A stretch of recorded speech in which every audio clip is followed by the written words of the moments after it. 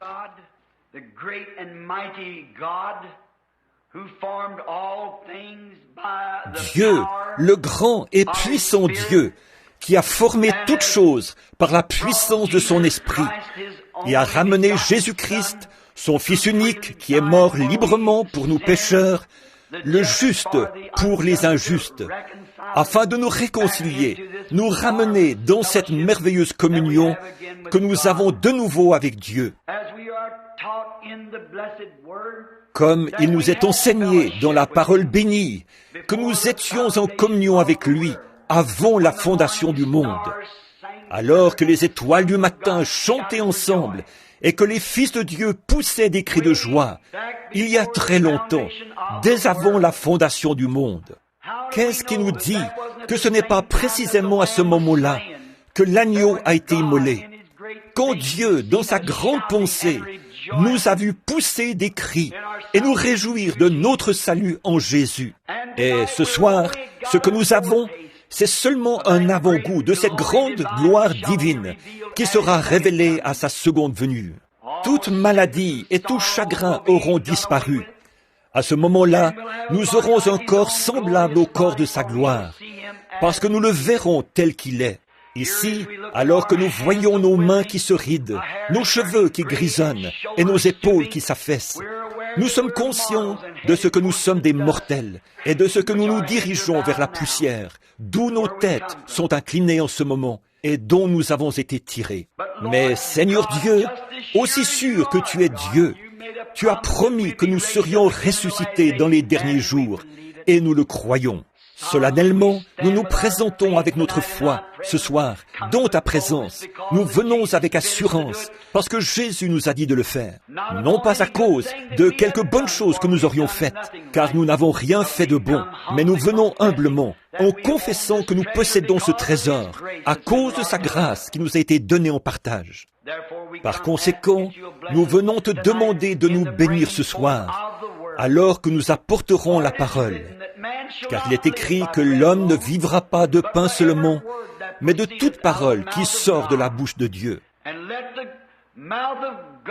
Aussi, que la bouche de Dieu soit prononcée ce soir, que les mots sortent, et que cela puisse pénétrer profondément dans nos cœurs à nous, les auditeurs, être remplis de ton esprit et de ta présence. Car nous le demandons au nom de Jésus. Amen.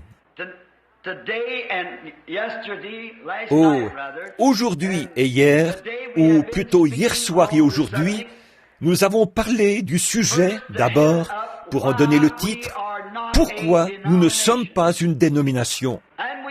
Et nous avons exprimé assez énergiquement pourquoi nous ne sommes pas une dénomination et pourquoi nous ne croyons pas dans les dénominations. C'est parce que nous le voyons dans la Bible que les dénominations n'ont jamais été établies par Dieu. Elles ont été établies par le diable. Et on l'a prouvé par la Bible. Et que, par les dénominations, c'est par là qu'on a l'erreur.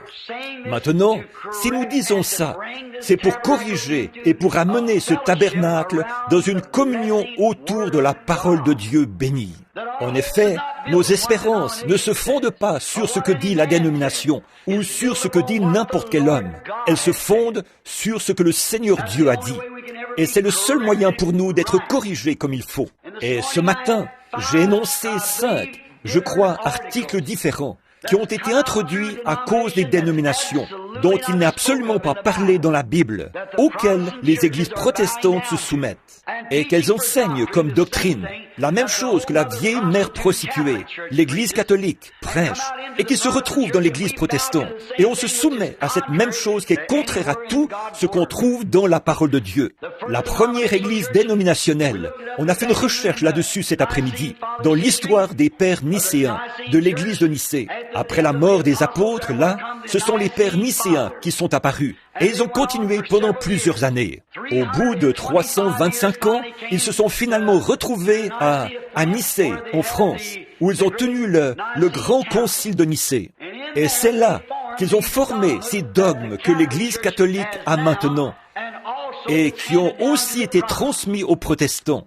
Et comme je le disais dans l'enseignement de ce matin, chacun des âges de l'Église, et ça jusqu'à cet âge de l'Église de Thessalonique, les 1500 ans de l'âge des ténèbres, il n'y a pas une seule fois où il n'a pas dit « Tu as encore mon nom ».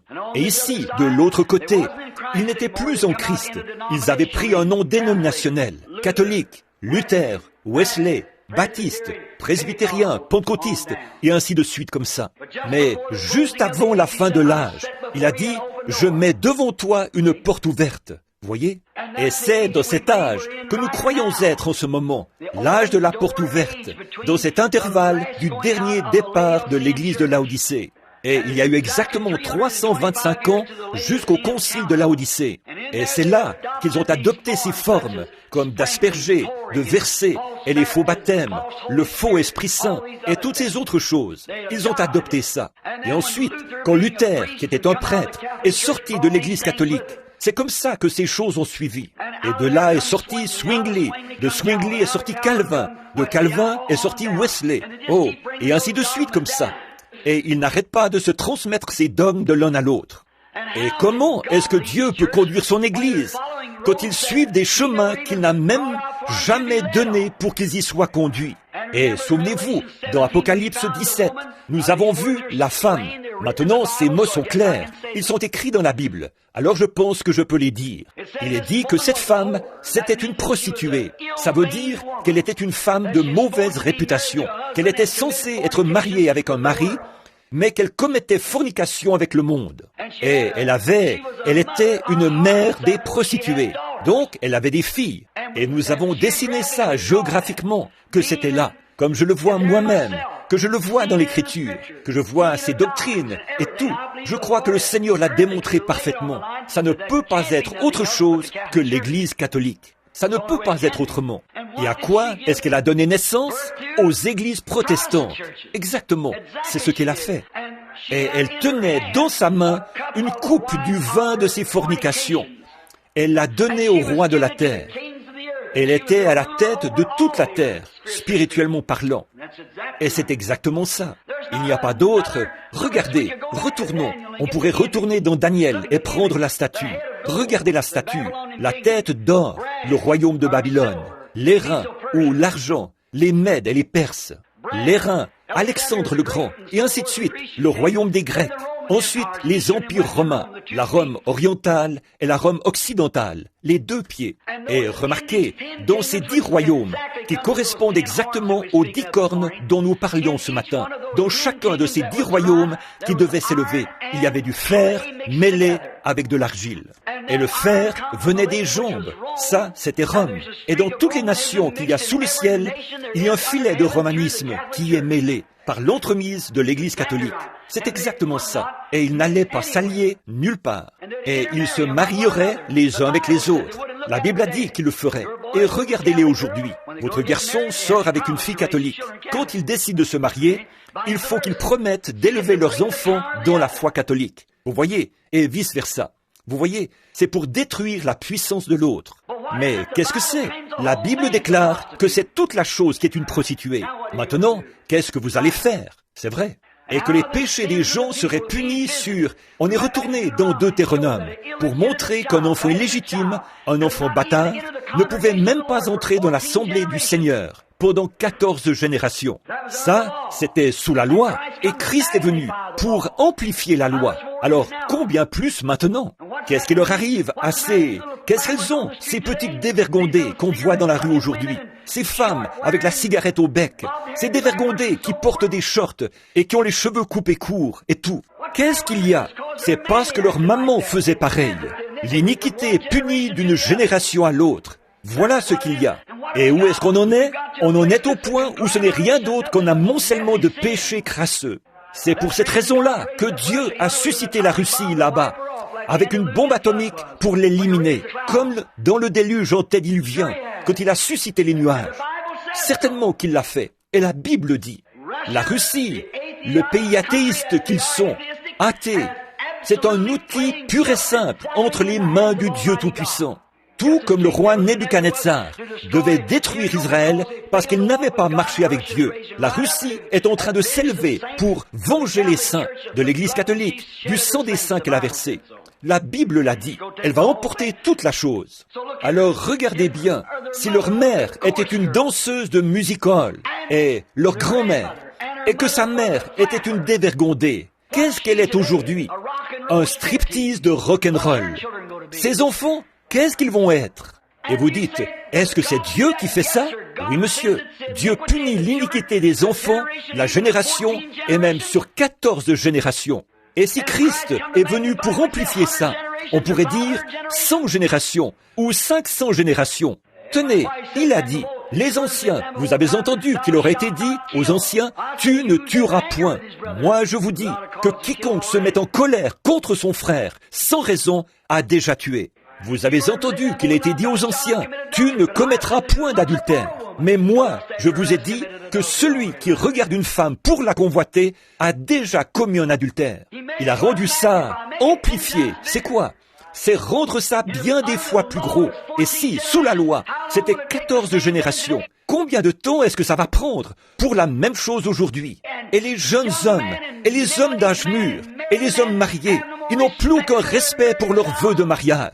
Oh, ils prennent simplement des femmes, et ils vivent avec elles n'importe où, et comme de vulgaires chiens.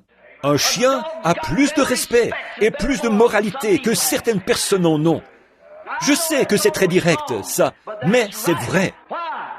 Pourquoi? Et les églises, elles sont d'accord. Elles ne disent pas un mot là-dessus. Pourquoi? Elles agissent exactement comme leur maman. Les églises héritent de ça, puisque l'église, et cette église protestante, est sortie de l'église catholique. Les péchés de l'église catholique sont punis sur les protestants. Certainement qu'ils le sont. Alors la marmite ne peut pas dire au chaudron qu'il est sale. C'est tout à fait vrai. Maintenant, nous voyons, et dans l'Écriture, nous avons vu, et je n'ai pas trouvé une seule note ici sur la table ce soir. J'ai dit, montrez-moi un seul endroit où Dieu ait jamais établi une dénomination. Montrez-moi un seul endroit où Dieu ait jamais établi une femme prédicateur. Montrez-moi un seul endroit où Dieu ait jamais établi qu'on doive asperger. Montrez-moi un seul endroit où Dieu ait jamais établi qu'on doit verser de l'eau. Montrez-moi un seul endroit où Dieu ait jamais fait baptiser quelqu'un au nom du Père, Fils, Saint-Esprit. Trouvez-moi ces choses-là. Et pourtant, on n'arrête pas de les faire. C'est imprégné dans l'Église. Bon, et j'ai dit que vous, la raison pour laquelle nous ne pourrions pas être baptistes, c'est que nous croyons qu'il faut être baptisé au nom du Seigneur Jésus-Christ. Il n'y a personne dans la Bible qui ait jamais été baptisé autrement. Si vous me montrez un seul endroit où une personne a été baptisée au nom du Père, Fils, Saint-Esprit, je lèverai les mains et je dirai que je suis un faux prophète. Et si la Bible dit que vous devez être baptisés au nom de Jésus-Christ, ça veut dire que vous devez le faire de cette manière-là. Paul leur a ordonné de se faire rebaptiser. Peu importe comment ils s'étaient fait baptiser, il a fallu qu'ils viennent se faire rebaptiser. Ils s'étaient fait baptiser par l'homme même qui avait baptisé Jésus-Christ, Jean-Baptiste. Il a dit, ça ne fonctionnera plus. Il faut venir vous faire rebaptiser. Et il a fallu qu'ils le fassent avant de pouvoir recevoir le Saint-Esprit. C'était le plan de Dieu. Je pourrais aller encore un peu plus profond ce soir. Pourquoi? Jésus tient sa parole. Est-ce que vous croyez ça? Bon, vous étiez presque tous là ce matin, mais je veux insister un peu plus là-dessus. Pourquoi Paul aurait-il donné la commission, donné l'ordre de faire ça, une fois que ça avait été fait? Paul a dit, même si un ange du ciel venait prêcher autre chose, qu'il soit anathème.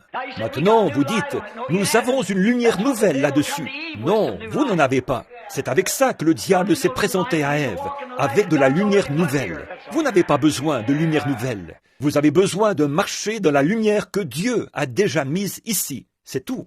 Maintenant, regardez bien comme c'est simple. Quand ils sont descendus de la montagne de la transfiguration, Jésus a dit à ses disciples, « Qui dit-on que je suis, moi, le Fils de l'homme ?» L'un dit que tu es Moïse, ou Élie, ou un des prophètes. Il a dit, « Vous, qui dites-vous » Il a dit, Pierre a dit, « Tu es Christ, le Fils du Dieu vivant. » Il a dit, « Tu es heureux, Simon, fils de Jonas, car ce ne sont pas la chair et le sang qui t'ont révélé cela. Vous voyez, ça ne vient pas par les séminaires, ça ne vient pas par les dénominations. Ce ne sont pas la chair et le sang qui t'ont révélé cela. Tu ne l'as pas appris dans une école de théologie, mais c'est mon Père qui est dans les cieux qui t'a révélé cela. Et sur cette pierre, je bâtirai mon église, et les portes du séjour des morts ne peuvent pas prévaloir contre elle. Une révélation spirituelle de qui il est. Remarquez, et moi, je te dis que tu es Pierre, et je te donnerai les clés du royaume, et tout ce que tu liras sur la terre, je le lirai dans les cieux. Tout ce que tu délieras sur la terre, je le délierai dans les cieux. Or, il se devait de tenir sa parole, sinon il n'était pas Dieu. Bon, et quand il a fait ça, quelques jours plus tard, il a été crucifié, il est ressuscité, il est monté au ciel, et Pierre a dévoilé l'évangile le jour de la Pentecôte. Est-ce qu'il l'a fait? Bien sûr qu'il l'a fait. Maintenant, regardez, quand ils se moquaient tous d'eux, parce qu'ils étaient remplis de l'esprit. Ils se faisaient traiter d'hérétiques, d'exaltés, ou de quelque nom du genre. Et même, ils riaient et disaient, « Ils sont pleins de vin doux ». Alors Pierre s'est levé au milieu d'eux, il a élevé la voix, et il a dit, « Hommes frères, écoutez ma voix, prêtez l'oreille à mes paroles, et écoutez-moi. Ceux-ci ne sont pas ivres, comme vous le supposez. C'est seulement la 3e heure du jour, mais c'est ici ce qui a été dit par le prophète Joël. Et il arrivera, dans les derniers jours, que je répondrai de mon esprit. Et ce qu'il ferait à ses fils et à ses filles, et à ses servantes, et tout, en ce jour-là. Et quand ils se sont mis à écouter ça, ils ont eu le cœur vivement touché. En effet, malgré qu'ils entendaient parler un homme qui ne connaissait pas son alphabet, ils ont été forcés de prêter attention à lui, de voir qu'il avait quelque chose à l'intérieur de lui, qui l'enflammait, le Saint-Esprit. L'arrêter, mais ce serait comme essayer d'éteindre un incendie dans un bâtiment sec un jour de grand vent. Vous ne pourriez pas. Il était rempli du Saint-Esprit. Et là, qu'est-ce qu'il a fait? Ils ont dit, « Eh bien, hommes frères, que pouvons-nous faire pour être sauvés ?» Attention, là, Pierre, c'est toi qui as les clés du royaume. Voyez? Maintenant, quand Jésus est ressuscité le 3e jour, il n'avait pas les clés du royaume des cieux. Saviez-vous ça? Il a dit, « J'ai les clés de la mort et du séjour des morts. » Mais pas celles du royaume, parce qu'elles avaient été données à Pierre. Et il a dit, « Pierre, tout ce que tu délieras sur la terre, je le délierai dans les cieux. Ce que tu liras sur la terre, je le lirai dans les cieux. » Donc, il se tient là, avec les clés, pour ouvrir au monde cette chose bénie. Et il est là, avec les clés dans sa main. Et il demande, « Que pouvons-nous faire pour être sauvés ?» Maintenant, quoi que l'apôtre leur dise de faire, Dieu est forcé de le reconnaître dans le ciel, s'il lui a donné cette autorité-là. Alors Pierre a dit, « Repentez-vous, chacun d'entre vous, et soyez baptisés au nom de Jésus-Christ pour la rémission de vos péchés, et vous recevrez le don du Saint-Esprit. » Pas vrai? Et voilà la raison pour laquelle, dans le ciel, les clés n'ont tourné à aucun autre nom, aucune autre manière, aucune autre forme. Elle a tourné sur la terre et elle a tourné dans le ciel. Ou alors, Jésus n'a pas tenu sa parole envers Pierre. Et partout dans la Bible, quand ils ont été baptisés après ça, ils ont été baptisés au nom de Jésus-Christ. Et ceux qui s'étaient fait baptiser avant, ils ont été obligés de venir se faire rebaptiser au nom de Jésus-Christ pour recevoir le Saint-Esprit. C'est celui-là qui est le bon, et c'est encore pareil.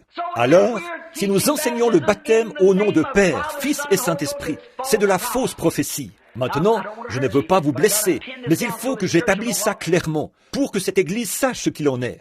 Nous ne sommes pas ici comme une bande de timbrés illettrés. Nous connaissons notre position dans la parole de Dieu. Vous voyez, nous savons.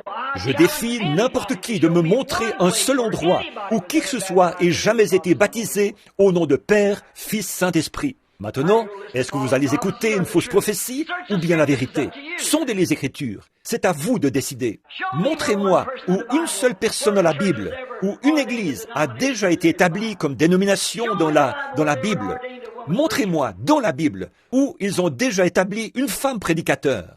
Montrez-moi dans la Bible où toutes ces choses dont nous avons parlé ont déjà été établies dans la Bible. Elles n'y sont pas. Nommez-moi un seul endroit. Allez voir une dénomination. Eh bien, quand les méthodistes sont apparus, ils prêchaient la sanctification. C'est bon, mais quand ils l'ont fait, ils ont formé une dénomination. Et c'était réglé.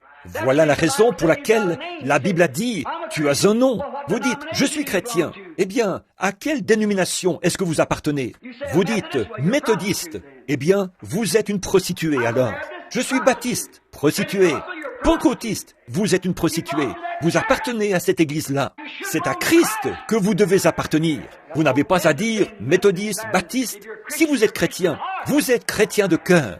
Chacune de ces dénominations peut produire des enfants de Dieu, c'est vrai. Mais si vous pensez que vous irez au ciel juste parce que vous êtes méthodiste ou baptiste, vous avez tort. Et c'est pour cette raison-là que nous restons en dehors de cette chose. Pourquoi est-ce que les baptistes ne peuvent pas voir? J'ai demandé à un méthodiste ici qui était en train de rédiger une thèse, quelque chose qui a été écrit il y a longtemps. Il a dit, la seule chose que nous avons contre vous, c'est que vous côtoyez les pentecôtistes. J'ai dit, c'est qui nous les méthodistes? J'ai dit, eh bien, je vais vous dire ce que je vais faire. Je vais venir dans votre ville et vous faites parrainer ça par les méthodistes. Oh, il a dit, bien entendu, nous ne pourrions pas faire ça. J'ai dit, c'est ce que je pensais. Je reste avec les pentecôtistes parce que les pentecôtistes le croient. C'est vrai, ils le soutiennent. Et ce sont eux qui en retirent les avantages. Combien ont lu cet article dans le magazine Life, tout récemment, sur l'église pentecôtiste? C'est l'un des plus grands phénomènes de cet âge. Ils ont eu plus de convertis en un an que toutes les autres églises ensemble. Pourquoi? Malgré leurs erreurs, Dieu continue à les faire avancer parce qu'ils ont cru la vérité et qu'ils continuent à marcher avec. C'est la vérité. Mais qu'est-ce que nous faisons maintenant? Voyez, c'est pour ça qu'on n'est pas une dénomination. Et aussi sûr que les pentecôtistes se forment aux dénominations. Et quand, là-bas, à l'époque, quand le Saint-Esprit a été déversé pour la première fois sur l'église pentecôtiste, il y a 40 ans, et qu'ils se sont mis à parler en langue, un des dons. C'est le plus petit des dons, c'est le moindre des dons, selon saint Paul, le parler en langue. Et aussitôt qu'il est tombé, oh, ils ont dit, nous l'avons maintenant. Ils ont formé une dénomination, le Conseil général, qui est devenu les Assemblées de Dieu. Oh, personne ne l'a, à moins de parler en langue. Et Dieu s'est tout de suite éloigné d'eux et les a laissés là. Certainement, oui monsieur. Alors, les unitaires sont arrivés. Ils ont découvert le baptême au nom de Jésus. Ils ont dit, oh, nous l'avons. Ils se sont organisés. Qu'est-ce qu'ils ont fait? Dieu est tout de suite sorti et les a laissés là. C'est pour celui qui veut qu'ils viennent. Vous voyez, les unitaires ne peuvent pas aller chez les assemblées. Les assemblées ne peuvent pas aller chez les unitaires. J'ai parlé à certains des meilleurs hommes qu'ils ont, Monsieur Goss et le Dr Pope, et à beaucoup. Les hommes qui sont de grands hommes dont je me suis assis avec eux. J'ai dit, comment pouvez-vous enseigner ça? Le signe initial, vous, un érudit. Eh bien, ils ont dit, frère Branham, 1, 2 ou 3 d'entre eux ont été très honnêtes. Ils ont dit, nous savons que c'est faux, mais qu'est-ce qu'on peut faire? Si nous en parlons maintenant, voyons, ça va déranger tout le programme. C'est sûr, et vous ne serez plus l'évêque, le surveillant général. Voilà ce qu'il y a. Frère, j'aimerais mieux avoir une petite mission sur le coin, ou prêcher sous un pin et avoir la vérité, certainement, et savoir que vous dites la vérité. L'homme veut avoir la vérité, et en tant que chrétien, vous vous devez de produire le témoignage de la vérité.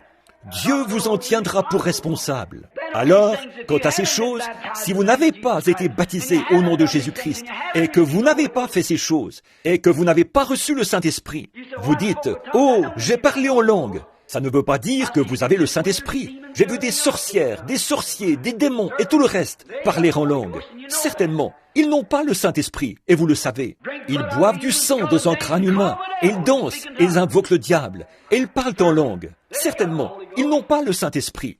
Alors, parce que vous avez parlé en langue, ça ne veut pas dire que vous l'avez. La seule manière pour vous de savoir que vous l'avez, c'est quand votre esprit rend témoignage à son esprit, et que les fruits de l'esprit vous accompagnent.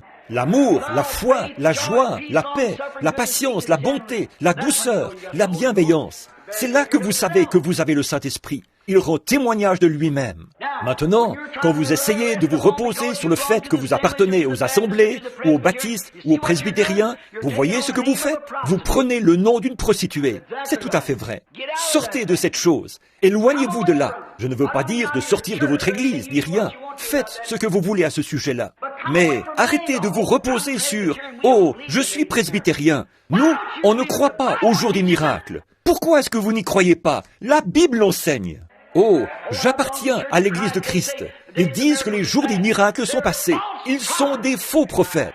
Je peux vous montrer où Jésus-Christ a donné la puissance à l'Église pour guérir les malades et ressusciter les morts et chasser les démons. Je défie n'importe quel homme de me montrer un passage de l'Écriture dans la Bible où il l'a retiré de l'Église. Qu'est-ce qu'il a retiré? Votre propre dogme, exact, pas la parole de Dieu. Le Saint-Esprit accomplit encore le travail. Il continue encore de toute façon, et il le fera pour toujours. Voilà la raison pour laquelle nous ne sommes pas une dénomination, ayant l'apparence de la piété, mais reniant ceux qui ont fait la force. Éloigne-toi de ces gens-là. Nous ne croyons pas à ce genre de choses-là. Maintenant, comment est-ce que ça a bien pu commencer? Il va falloir qu'on se dépêche maintenant pour aborder ça aussi vite que possible. Comment ça a bien pu commencer? Maintenant, nous avons tout plein de passages de l'Écriture de noter ici, sur le Saint-Esprit. Et autre chose, nous avons lancé un défi hier soir au sujet de la persévérance des saints. Non pas de la manière dont les baptistes le croient. Non, monsieur. Je ne suis certainement pas d'accord avec les baptistes et leur idée, leur théorie du calvinisme. Je suis certainement en désaccord avec les presbytériens. Je suis en désaccord avec les méthodistes sur leur manière de voir, la doctrine arminienne. Oui, monsieur. Mais ils ont tous les deux une vérité. Seulement, vous devez la ramener ici, où c'est vraiment la vérité. Quand vous partez par là en courant, vous allez tout de travers avec ça. C'est sûr. Les baptistes arrivent. Ils en baptisent quelques-uns, là, par immersion. Le prédicateur les baptise. 9 sur 10 d'entre eux fument la cigarette. Ils ressortent. Ils sont là, à jouer aux cartes, au loto toute la nuit. Ils sortent. Ils font des transactions malhonnêtes. Et toutes les femmes portent des shorts là. Elles courent les rues. Elles se coupent les cheveux. Et ça fume. Et ça bavarde. Et ça fait des petites réunions de couture. Et ça raconte des histoires sales. Et vous appelez ça le christianisme? Et vous pensez que vous avez la sécurité éternelle? Vous allez en enfer comme ça. Vous ne vous plairiez pas au ciel de toute manière. Certainement pas. Ce n'est pas ça, la sécurité éternelle. Mais quand un homme est né de nouveau du Saint-Esprit, et vous, les pentecôtistes, parce que vous avez sauté en l'air, que vous avez parlé en langue, et que vous avez couru dans l'allée centrale, ça ne veut pas dire que vous avez la sécurité éternelle. Ne vous mettez jamais ça dans la tête. Non, monsieur. Ça ne veut absolument pas dire ça. En effet, vous savez que votre propre vie vous le confirme. Elle rend témoignage que vous n'êtes pas en règle avec Dieu. C'est vrai, vous n'êtes pas en règle. Ce n'est pas encore ça, la sécurité éternelle. Mais je veux vous demander quelque chose. Est-ce qu'il existe une sécurité éternelle? La Bible dit. La Bible a dit que nos noms ont été mis dans le livre de vie de l'agneau dès avant le commencement du monde. Je l'ai dit ce matin, et je le répète. L'homme qui a écrit le chant, un nouveau nom a été écrit dans la gloire ce soir. Et c'est le mien. Son idée était bonne. Seulement, il avait tort, selon les Écritures. Votre nom n'a pas été mis le soir où vous avez été sauvés. Votre nom, selon la Bible, selon Apocalypse 13, 17 et ainsi de suite, a été mis là dès avant le commencement du monde. Et Jésus-Christ a été immolé avant la fondation du monde. Comment est-ce que Dieu, qui est infini, comment est-ce qu'un Dieu infini, qui connaît la fin dès le commencement, pourquoi est-ce qu'il aurait permis que le péché vienne sur la terre, si ce n'était pas dans un but? Maintenant, juste pour appuyer certaines choses que nous avons dites, lequel était là en premier, le sauveur ou un pécheur? Le sauveur, c'est sûr. Lequel est plus puissant, un sauveur ou un pécheur? Si un sauveur peut ôter le péché, il est plus puissant. Eh bien alors, pourquoi est-ce qu'il a permis qu'il y ait le péché, pour commencer, pour montrer qu'il était un sauveur? Lequel est le plus puissant, un guérisseur ou une maladie? Un guérisseur. Alors pourquoi est-ce qu'il a permis la maladie? Pour montrer qu'il était un guérisseur. Je me sens religieux en ce moment. Oui, monsieur. Oh là là. Ce sont ses attributs. C'est pour ça qu'il permet les problèmes. C'est pour ça qu'il permet le chagrin. Pour montrer qu'il est la joie. Bien sûr que c'est pour ça. C'est pour ça qu'on a la nuit. Pour prouver qu'il y a le jour. C'est pour ça qu'on a la colère. Pour montrer qu'il y a la paix. Bien sûr. C'est le pour et le contre. Oh, il est merveilleux. Maintenant, comment est-ce que ça a commencé? On va aborder ça tout de suite, aussi vite que possible, pour que je ne vous retienne pas toute la nuit. Maintenant, il faut qu'il y ait un commencement de toute chose. Et je veux vous demander quelque chose. Maintenant, ceci peut... Vous pouvez simplement glisser ça dans votre poche de veste. Vous n'êtes pas obligé de l'ajouter à ce qu'il y a au menu. Mais écoutez ceci. Si vous êtes une créature éternelle, alors vous n'avez jamais eu de commencement et vous ne pourrez jamais avoir de fin. En effet, éternel, ça vient du mot qui n'a ni commencement ni fin. Vous vous en souvenez, n'est-ce pas? J'ai parlé ce matin de Melchisédek, quand il est allé au-devant d'Abraham qui revenait de la défaite des rois. La Bible dit dans Hébreux 7 que Lévi a payé la dîme à Melchisédek quand il était dans les reins de son père Abraham. Abraham a engendré Isaac, Isaac a engendré Jacob, Jacob a engendré Lévi, c'est-à-dire père, grand-père et arrière-grand-père. Et pendant que Lévi était dans les reins de son arrière-grand-père, la Bible lui reconnaît le mérite d'avoir payé la dîme à Melchisédek. Vous parlez d'Éternel. Oh là là! Il n'a pas dit, il l'a fait en nombre, il l'a fait potentiellement. La Bible a dit, il a payé la dîme. Amen. Alors, si nous venons de la bonne semence, quand Paul a prêché l'Évangile, j'étais là, et vous étiez là. On va se plonger là-dedans dans une minute, jusqu'au cou. Remarquez, c'est ce que l'Écriture nous déclare. Elle est même allée très loin en arrière. Pensez un peu, Lévi, ensuite Jacob, son père, ensuite Isaac, son père, ensuite Abraham, son père, son arrière-grand-père. Quand Lévi était dans les reins de son arrière-grand-père, il a payé la dîme à Melchisédek. Je veux vous demander, de qui est-il question?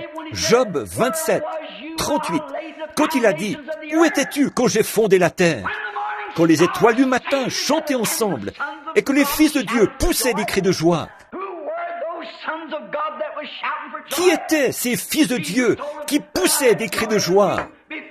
Jésus leur a dit, « Je me réjouissais avec vous avant la fondation du monde. » Nous ne sommes pas des créatures du temps. Nous sommes des créatures de l'éternité. Nul ne peut venir à moi si mon Père ne l'attire. Et tous ceux qui viendront à moi, je leur donnerai la vie éternelle. Et je leur ressusciterai au dernier jour. Personne ne peut les ravir de la main de mon Père qui me les a donnés. Comment pouvez-vous perdre? Vous voyez, vous avez peur, vous êtes effrayé, vous courez d'un côté et de l'autre. Et ça, c'est une des meilleures preuves au monde que vous n'êtes encore allé nulle part. C'est vrai. Pourquoi est-ce que Dieu vous sauverait un jour s'il... Combien dans cette église peuvent lever la main qui croient que Dieu est infini? Vous savez ce que le mot infini veut dire? C'est simplement parfait. Infini, vous ne pouvez pas expliquer le mot infini. Est-ce que vous avez déjà réglé votre appareil photo sur l'infini? Eh bien, ça veut dire tout ce qui s'ensuit à partir de là. Bon, il n'y a pas moyen de faire une mise au point plus loin que ça. Eh bien, c'est ce que Dieu est. Il est infini.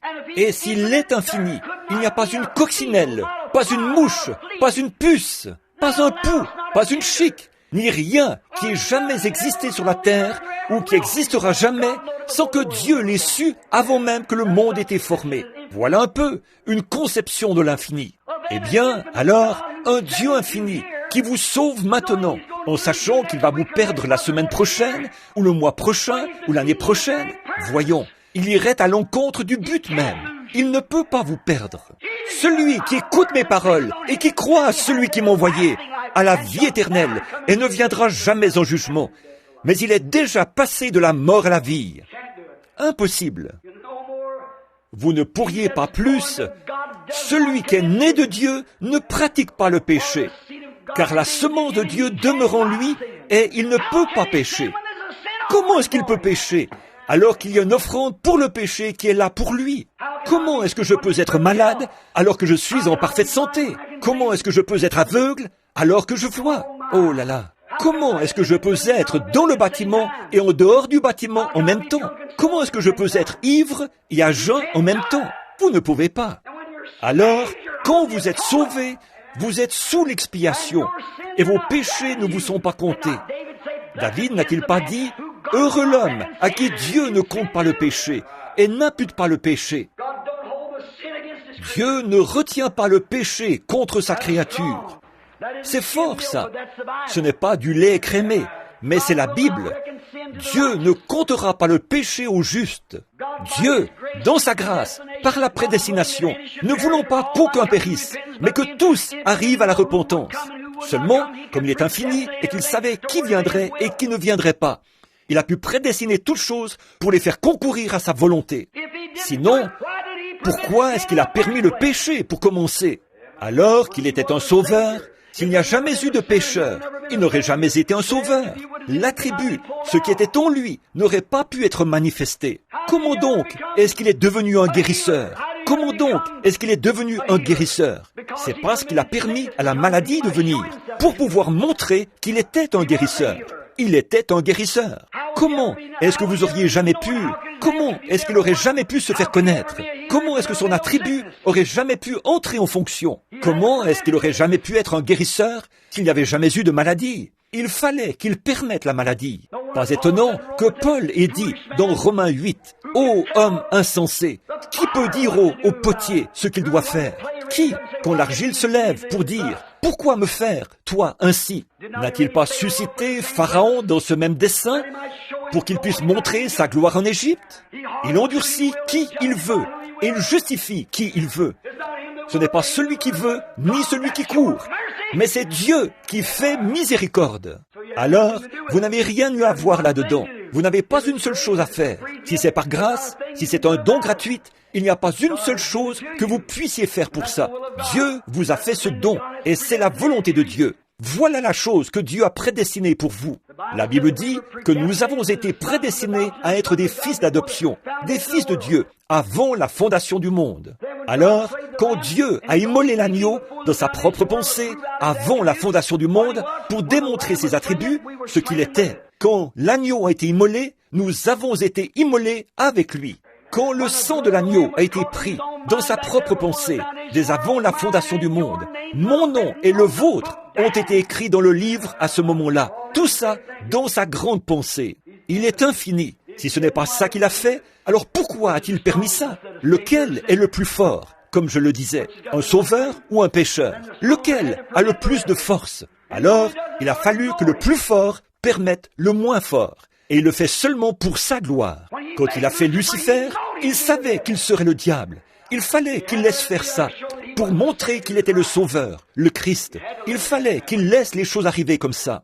Maintenant, la Bible ne dit-elle pas que toutes choses concourent au bien de ceux qui aiment Dieu? Alors, de quoi avez-vous peur? Soyons actifs, toujours à l'œuvre, le cœur vaillant, prêts à lutter. Pas comme le bétail qu'il faut pousser, faire avancer, de ceux qu'il faut toujours convaincre et supplier. Et soyez un héros. J'aime ça. Tenez-vous debout. Un petit poème qui m'aidait tellement quand j'étais enfant. Voici en gros ce qu'il dit. Un jour, un noble romain, à l'époque de l'Empire, entendit un sombre défaitiste devant le château dire « Oh, loin du danger me suis, dans ce sapin caché. Nul ne saura trouver moyen de l'ébranler. » Oh non! Le héros de s'écrier. Moyen le trouverait, sinon le fournirait. Voilà, c'est ça. Si cette Bible enseigne que Jésus-Christ est le même hier, aujourd'hui et pour toujours, ça n'a pas été chose facile quand je suis sorti du tabernacle ce jour-là et que tout le monde me disait qu'il arriverait ceci et qu'il arriverait cela. Vous pourriez passer pour un fanatique, être jeté en prison et toute l'association médicale pourrait se liguer contre vous. Mais Dieu m'avait dit de le faire. La Bible a dit qu'il l'était. Et maintenant, un feu de réveil brûle dans chaque nation qu'il y a sous le ciel. Pourquoi ne vous laissez pas démonter? Comment attaquez-vous votre tâche quotidienne? Redoutez-vous le travail qui vous attend? Avez-vous du cœur à l'ouvrage? Votre tête est-elle fatiguée et vide? Je déteste ce genre de choses-là. Avez-vous du cœur à l'ouvrage? Ou êtes-vous toujours rempli de peur? Eh bien alors, attaquez-vous à la tâche suivante, en croyant que vous y arriverez. Tenez bon. Certainement, prenez une décision ferme dans votre cœur, comme Daniel. Restez avec Dieu. Où est-ce que tout cela s'est passé? Comment est-ce que c'est arrivé? Qu'est-ce qui fait que les gens sont ainsi? Pourquoi est-ce que nous sommes presque sur le point d'être détruits? Frère Branham, expliquez-moi. Qu'est-ce qui vous fait croire que tout ça, ici, ça doit être détruit? Elle a déjà été détruite une fois, pas vrai? Dans la destruction antédiluvienne. Là, on entre dans des choses profondes. et on va se préparer à lire. Maintenant, j'aimerais que vous preniez avec moi là le livre de la Genèse, au chapitre 3. Si vous voulez savoir quoi que ce soit, je peux vous montrer ici dans le livre de la Genèse que toutes les sectes et tous les ismes et tout ce que nous avons aujourd'hui même, ça a commencé dans la Genèse. Combien savent que Genèse, ça veut dire le commencement? Certainement. Nous trouvons l'Église catholique au commencement. Babylone, Nimrod, son fondateur. Nous la trouvons au milieu de la Bible. Nous la trouvons à la fin de la Bible. Nous voyons qu'ils ont essayé d'introduire les femmes prédicateurs au commencement de la Bible, en adorant des petites statues faites de racines. Combien ont déjà lu les 2 Babylones d'Hyslop, le récit historique? Bien. Allez vérifier ça dans ces 2 récits historiques. Ils ont une femme, et puis, vous vous souvenez, même Jacob a volé les dieux de son père. Et sa fille les a cachés sur elle et les a emportés avec elle dans le désert, ce qui a souillé le camp plus tard. Bien, maintenant, lisons ici dans la Genèse. Le serpent était le plus rusé de tous les animaux des champs que l'Éternel Dieu avait fait. Il dit à la femme, « Dieu a-t-il réellement dit, vous ne mangerez pas de tous les arbres du jardin ?» La femme répondit au serpent, « Nous mangeons du fruit des arbres du jardin. Mais quant au fruit de l'arbre au milieu du jardin, Dieu a dit, « Vous n'en mangerez point et vous n'y toucherez point, de peur que vous ne mouriez. » Alors le serpent dit à la femme, « Vous ne mourrez point. Mais Dieu sait que le jour où vous en mangerez, vos yeux s'ouvriront. » Vous voyez, en quête d'une lumière nouvelle. Et que vous serez comme des dieux, connaissant le bien et le mal. Vous voyez comment ils sont, ces gars-là aujourd'hui? Comment ils essayent de retrancher de la Bible? Voyons, n'est-ce pas tout aussi simple de verser ou d'asperger, ou comme ceci ou comme cela? Non, monsieur, Dieu a établi un plan, et c'est lui qu'on doit suivre. Ceci, la femme vit que l'arbre était bon à manger et agréable à la vue, et qu'il était précieux pour ouvrir l'intelligence. Elle prit de ses fruits et en mangea. Elle en donna aussi à son mari qui était auprès d'elle, et il en mangea. Leurs yeux de l'un et de l'autre s'ouvrirent. Ils connurent qu'ils étaient nus, et ayant cousu des feuilles de figuier, ils s'en firent des ceintures. J'aimerais m'arrêter ici un instant. Maintenant, il faut qu'il y ait un commencement à tout. Vous avez eu un commencement. Maintenant, c'est là-dessus que je veux maintenant baser tout ce dont nous avons parlé, depuis les 2 dernières réunions jusqu'ici. Maintenant, ce matin, on est retourné en arrière pour se représenter un peu la scène de la Bible, quand Dieu a fait la terre, qu'il a formé les gaz, et qu'ensuite ces gaz se sont transformés en calcium et en potasse et en différentes choses. Il était en train de faire votre corps. Il était en train de préparer l'édifice, comme un grand entrepreneur en bâtiment, comme un entrepreneur qui dépose tous ces matériaux-là pour construire un ensemble immobilier. Il était en train de faire votre corps, et il l'avait déposé là. Il savait très exactement, dans sa pensée, ce qui allait être fait. Cette main, Dieu a fait cette main pendant qu'il faisait le monde. Par contre, mon esprit, il l'a fait avant qu'il y ait un monde. Bon, mais cette main et ce corps, il les a fait quand il a fait le monde, parce que ce corps est sorti de la terre, et il va retourner à la terre. Dieu a fait ça. Il a préparé tout ça dans son grand projet et dans son plan. Maintenant, quand il s'est mis à faire la terre, il a fait l'homme. Et l'homme, on aurait dit qu'il y avait quelque chose qui n'allait pas chez lui. On en a parlé ce matin. On s'est représenté la scène. Le père qui est descendu et qui a regardé son fils fait à son image, et ainsi de suite. Et alors, il lui a fait une épouse, une aide. Maintenant, souvenez-vous que toutes les créatures de la terre, Adam leur avait donné des noms. Il avait fait le bétail et les bêtes et tout. Et aujourd'hui, les chronologistes et plusieurs des grands cerveaux de la science essaient depuis 6000 ans de trouver le chaînon manquant. La raison pour laquelle les animaux, l'homme fait partie de la vie animale. Nous le savons, ça que nous sommes faits. Et la femme est simplement une partie de l'homme, un produit dérivé. La femme n'était pas dans la création originale. Ça faisait déjà des années et des années et des années que Dieu avait arrêté de créer, quand il a formé la femme à partir d'une côte prise de son côté. Adam avait déjà donné des noms à toute la création, à tout le reste, mais pour lui-même, il n'y avait rien. Alors, il lui a fait une aide. Il a pris une côte de son côté, il a refermé la coupure et il lui a fait une aide.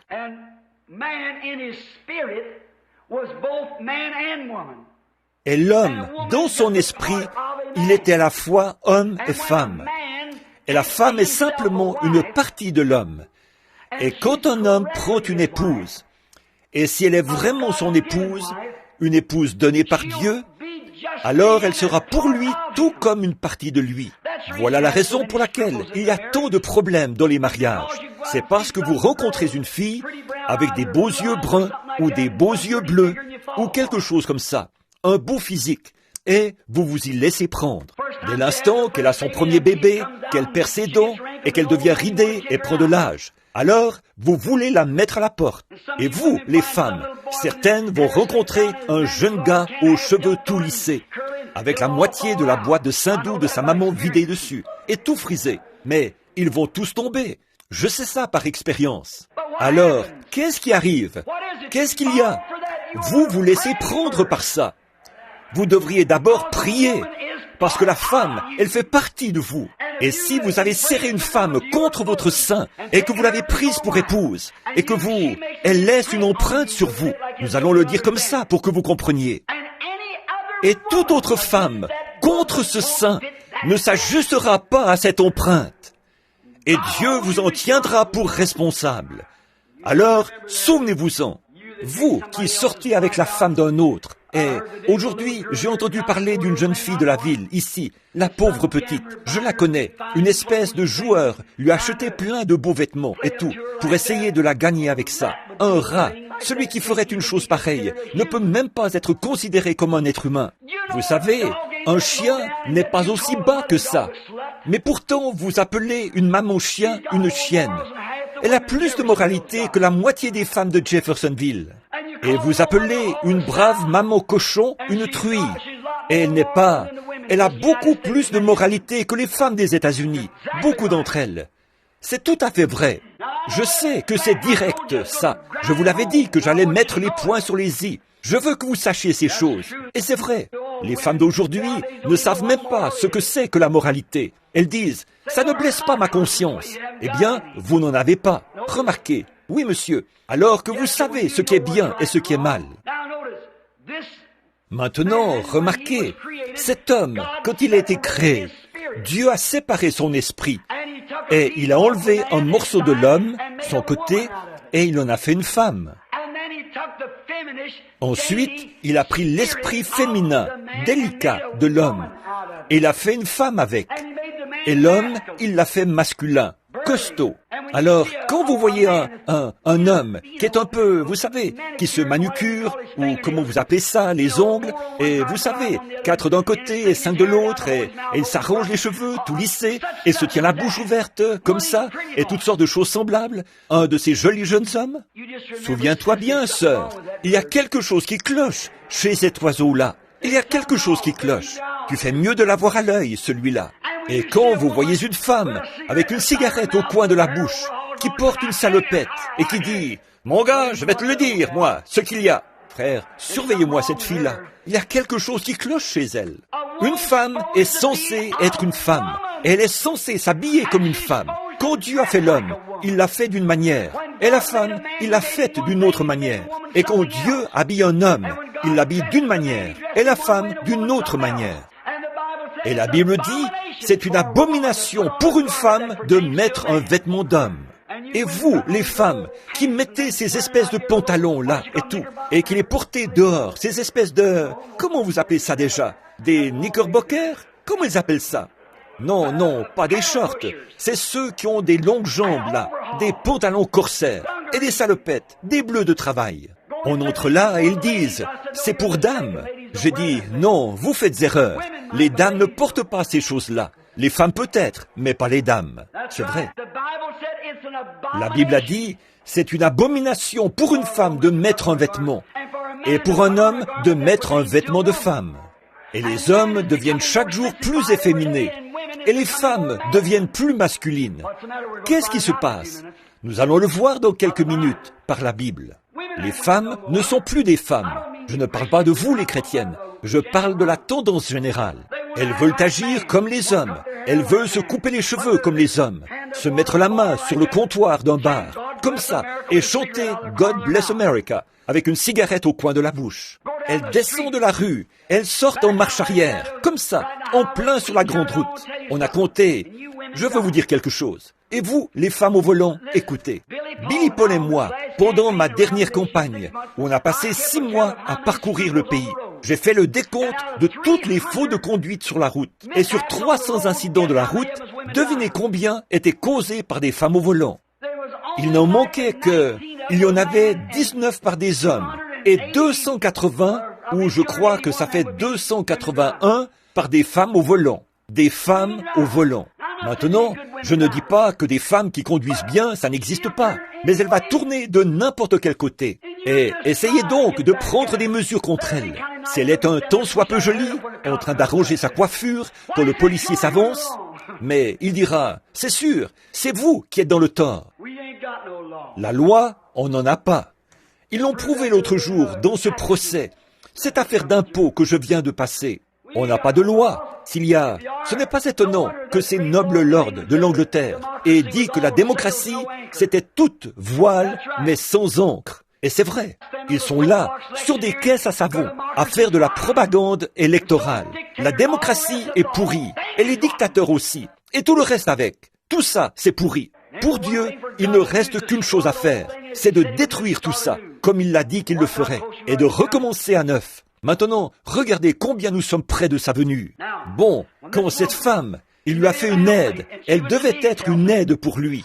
Et alors, maintenant là-dessus, je n'ai pas encore trouvé un seul prédicateur qui soit d'accord avec moi jusqu'à maintenant. Ils essaient de dire que ça s'est passé autrement, mais n'empêche que pour moi, ça ne tient pas debout.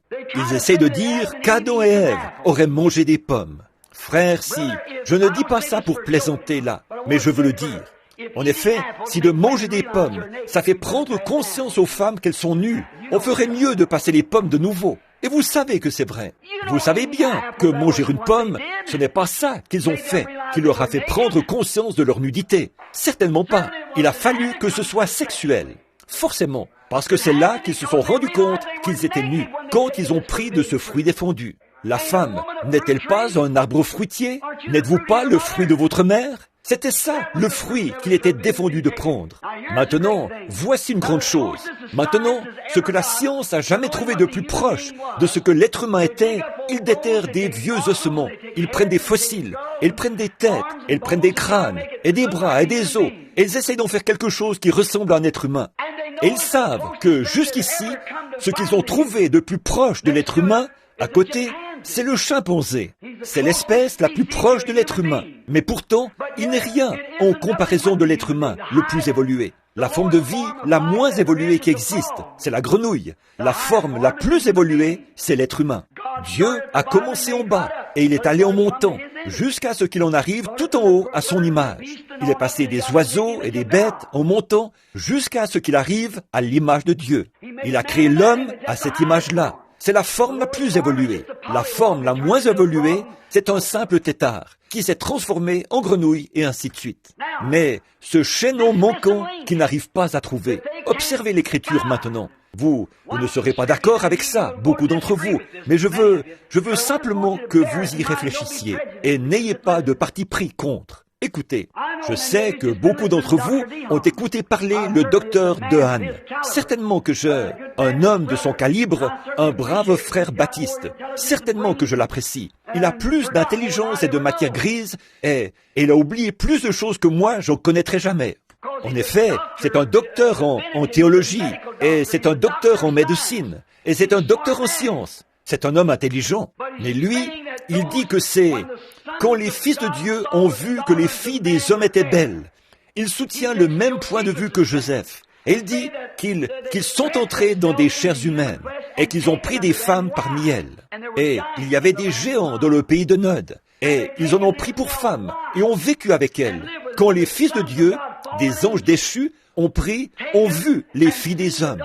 Et le désir sexuel, c'était quelque chose de tellement fort. Et comme ils étaient en état de péché, parce qu'ils étaient tombés, alors ils sont entrés dans des chairs humaines. S'ils faisaient ça, ils détruiraient la guérison divine. Ils détruiraient tout le reste. Si le diable peut créer, il est égal à Dieu. Le diable ne peut pas créer.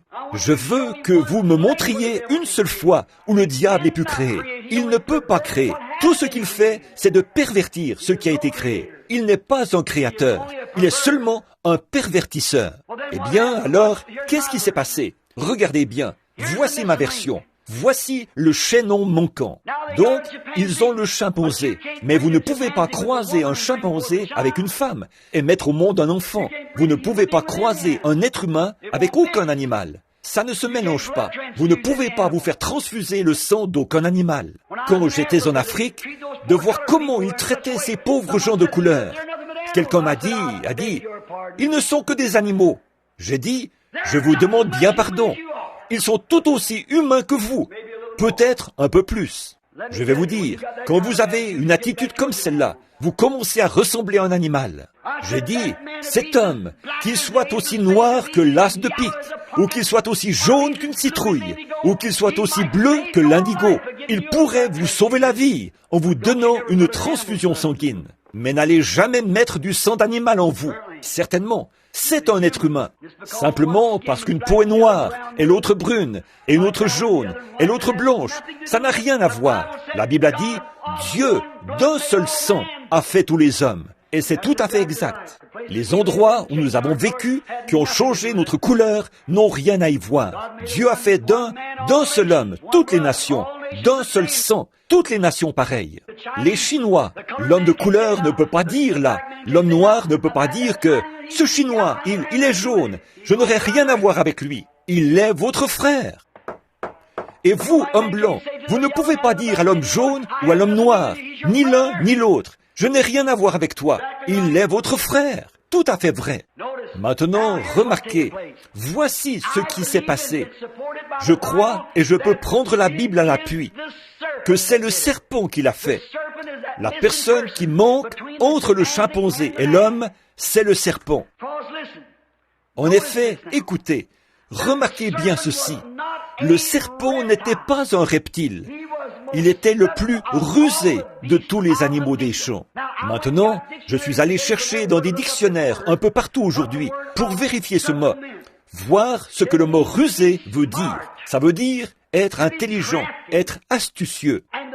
Et la meilleure interprétation de l'hébreu, de M-A-H-A-H, Maha, ça veut dire qui possède une véritable connaissance des principes de la vie. Maintenant, observons donc ça pendant un instant. Il est intelligent, astucieux, et pourtant il se nomme le serpent. Mais souvenez-vous, il était ce qu'il y avait de plus intelligent, et il ressemblait plus à l'être humain que tout ce qu'il y avait dans les champs, le plus proche de l'être humain. Il n'était pas un reptile. C'est la malédiction qui a fait de lui un reptile. Il était la Bible dit qu'il était le plus beau de tous. Et la malédiction ne lui a même pas enlevé toute sa beauté. Malgré tout, les couleurs magnifiques du serpent, c'est splendide, et sa grâce, et sa finesse. Même la malédiction ne l'en a pas dépouillé. Seulement, souvenez-vous, Dieu lui a dit qu'il perdrait ses jambes et qu'il marcherait sur son ventre. Et on ne peut pas trouver un seul os du serpent qui ressemble à un être humain. C'est pour cette raison que la science ne s'y retrouve plus. Mais le voilà! Dieu a caché ça aux yeux des sages et des intelligents, et il a promis de le révéler aux fils de Dieu dans les derniers jours, quand les fils de Dieu seraient manifestés, quand les fils de Dieu qui se réjouissaient dès avant la fondation du monde, quand la glorieuse révélation de la divinité et tout serait donnée dans les derniers jours. Il manifesterait ces choses à travers les fils de Dieu. Vous savez que c'est ce que l'Écriture enseigne. Et nous y voilà. C'est pour cette raison que Dieu nous dévoile ces choses. Dieu est en train de manifester ses fils. Il va au-delà des limites de toute connaissance humaine, profondément dans les révélations spirituelles, pour nous communiquer cela. Est-ce que nous n'avons pas enseigné dans cette Bible que celui qui a de la sagesse, non pas ce qu'il a appris dans un séminaire, mais ce qu'il a appris sur ses genoux en s'approchant de Dieu, est ce que Dieu a jugé bon de lui donner, des fils de Dieu manifesté. Voici le serpent. Maintenant, voici ce que le serpent était. Je vais vous en faire ma description. On est passé de la grenouille à laquelle aboutit le tétard, et le reste, et telle chose, jusqu'à ce que finalement on aboutisse au singe, au chimpanzé. Et à partir du chimpanzé, là, on saute du chimpanzé à l'être humain. Et on se demande pourquoi. Eh bien, la science dit, attendez, là, nous pouvons croiser la femme avec le singe, et avec le chimpanzé, et vice-versa. Croiser l'homme avec le chimpanzé. Ça ne marchera pas.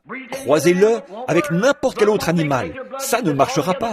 Leur sang n'est pas compatible. Prenez de votre sang. C'est un sang complètement différent. Complètement. Il y a du sang entre les deux, là, et ils n'arrivent pas à trouver l'animal. Oh, alléluia! Je commence à me sentir religieux tout à coup. Remarquez, pourquoi? Dieu le leur a caché. Il n'y a pas un seul os du serpent qui ressemble à un os humain. Il a mis la chose tellement hors de portée que ça ne pouvait pas être découvert par l'homme intelligent. Et je vais vous montrer d'où il vient, cet homme intelligent. Où est-ce qu'il en est, de toute façon? Vous voyez, il ne peut pas venir par là. Il faut que ça vienne par révélation. Tu es le Christ, le Fils du... Sur cette pierre, je bâtirai mon église, et les portes du séjour des morts ne peuvent pas prévaloir contre elle. Une révélation spirituelle.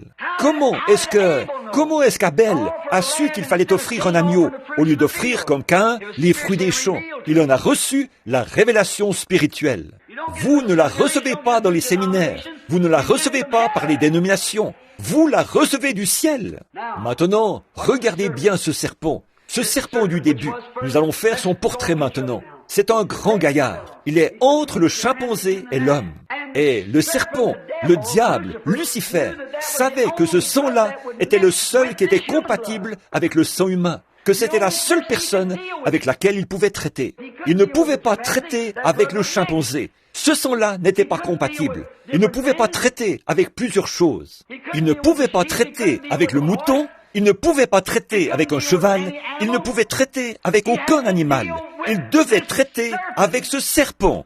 Considérons-le maintenant et voyons de quoi il a l'air. C'est un grand gaillard, un géant préhistorique. C'est ça qui fait qu'il retrouve ses gros ossements. Et je vais vous le montrer dans la Bible. Maintenant, soyez bien attentifs. Bon, ce grand gaillard, disons qu'il mesurait 3 mètres. Et qu'il était très large d'épaules. Il ressemblait vraiment à un homme. Et son sang, après avoir couplé les animaux l'un avec l'autre, on est arrivé au bout. On peut faire des croisements entre les animaux. Et ça a donné une qualité de sang de plus en plus élevée. Une forme de vie de plus en plus évoluée. Une forme plus évoluée. Jusqu'à ce qu'on en arrive en haut, au niveau de l'homme. Mais la dernière connexion, ici, entre les deux, elle a été coupée. Combien savent que la science n'arrive pas à trouver le chaînon manquant? Vous le savez tous. Pourquoi? Le voici, le serpent. Il était là, un grand gaillard. Et le diable descend là. Il dit, je peux inspirer. Maintenant, quand vous vous mettez à regarder les femmes et à avoir des comportements avec les femmes, souvenez-vous, vous êtes loin du diable. Ce n'est pas votre épouse, elle. Remarquez maintenant. Le diable est descendu et il est entré dans le serpent. Et il a trouvé Ève dans le jardin d'Éden, nue. Et il a parlé du fruit qui était au milieu. Le milieu, ça veut dire au centre et tout. Vous me comprenez. On est dans une assemblée mixte. Et il a dit, mais c'est agréable, c'est bon à regarder. Et qu'est-ce qu'il a fait? Il s'est mis à faire l'amour à Ève. Il a vécu avec elle, maritalement. Et elle a vu que c'était agréable. Alors, elle est allée le dire à son mari. Mais elle était déjà enceinte de Satan. Et elle a mis au monde son premier fils, dont le nom était Caïn, le fils de Satan.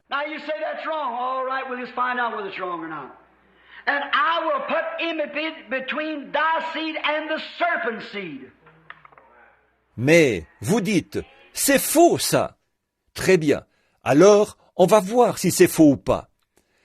Et je mettrai inimitié entre ta semence et la semence du serpent. Quoi? La semence du serpent. Elle avait une semence, et lui avait une semence. Et il te meurtrira la tête, et tu lui meurtriras le talon. Et meurtrir, là, ça veut dire faire une expiation. Alors, la voilà, votre semence du serpent. Maintenant, remarquez, voici les deux hommes qui arrivent là. Et le serpent, quand il s'est tenu là, cette espèce de grand géant là, il était coupable d'avoir commis un adultère avec la femme d'Adam. Où est-ce qu'il est, le péché, aujourd'hui? Qu'est-ce qui fait que les choses vont comme elles vont aujourd'hui? Maintenant, sûrement que vous pouvez comprendre de quoi je parle. Alors, voilà ce qu'il y a eu. Et quand il a fait ça, Dieu a dit, il s'est mis à appeler Ève et Adam. Et il a dit, je suis nu.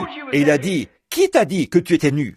Et là, ils se sont mis à faire comme à l'armée, à faire retomber la faute sur celui qui est en dessous. Il a dit, eh bien, c'est la femme que tu m'as donnée qui a fait ça. C'est elle qui m'a persuadé.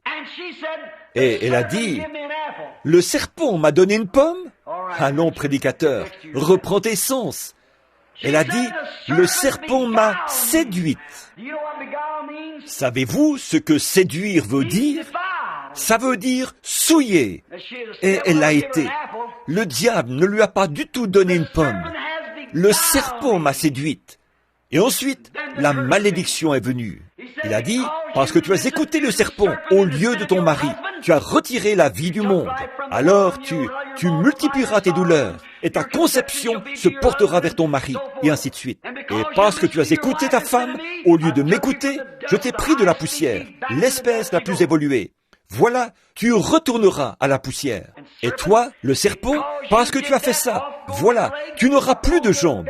Tu marcheras sur ton ventre tous les jours de ta vie, et tu seras haï. Et tu auras la poussière pour nourriture. Voilà, il est là, le chaînon manquant.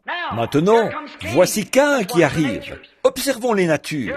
Voici Caïn qui arrive. Qu'est-ce qu'il est? Il est un homme d'affaires habile. Il laboure les champs, astucieux, intelligent, religieux, très religieux. Regardez bien ses attributs. Suivez-moi juste pour quelques minutes encore. Le voici qui arrive. Il sait qu'il a un sens moral. Il veut aller à l'église. Il se construit une église. Il prépare une offrande. Il apporte un autel et tout. Il a bâti un autel. Il a déposé ses fleurs dessus. Il a déposé le champ, les fruits de son champ. Il les a offerts à Dieu.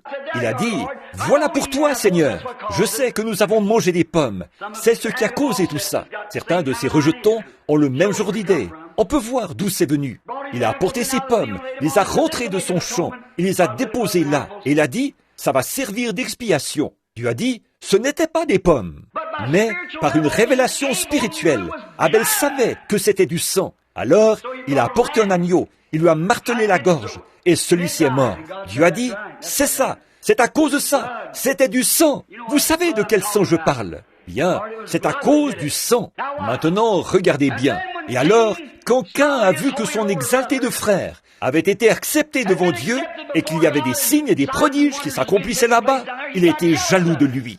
Il a dit, on va mettre un frein à ça tout de suite. Regardez ses frères, regardez ses enfants encore aujourd'hui. Mais je suis plus intelligent que lui, moi. Alors, il s'est mis en colère.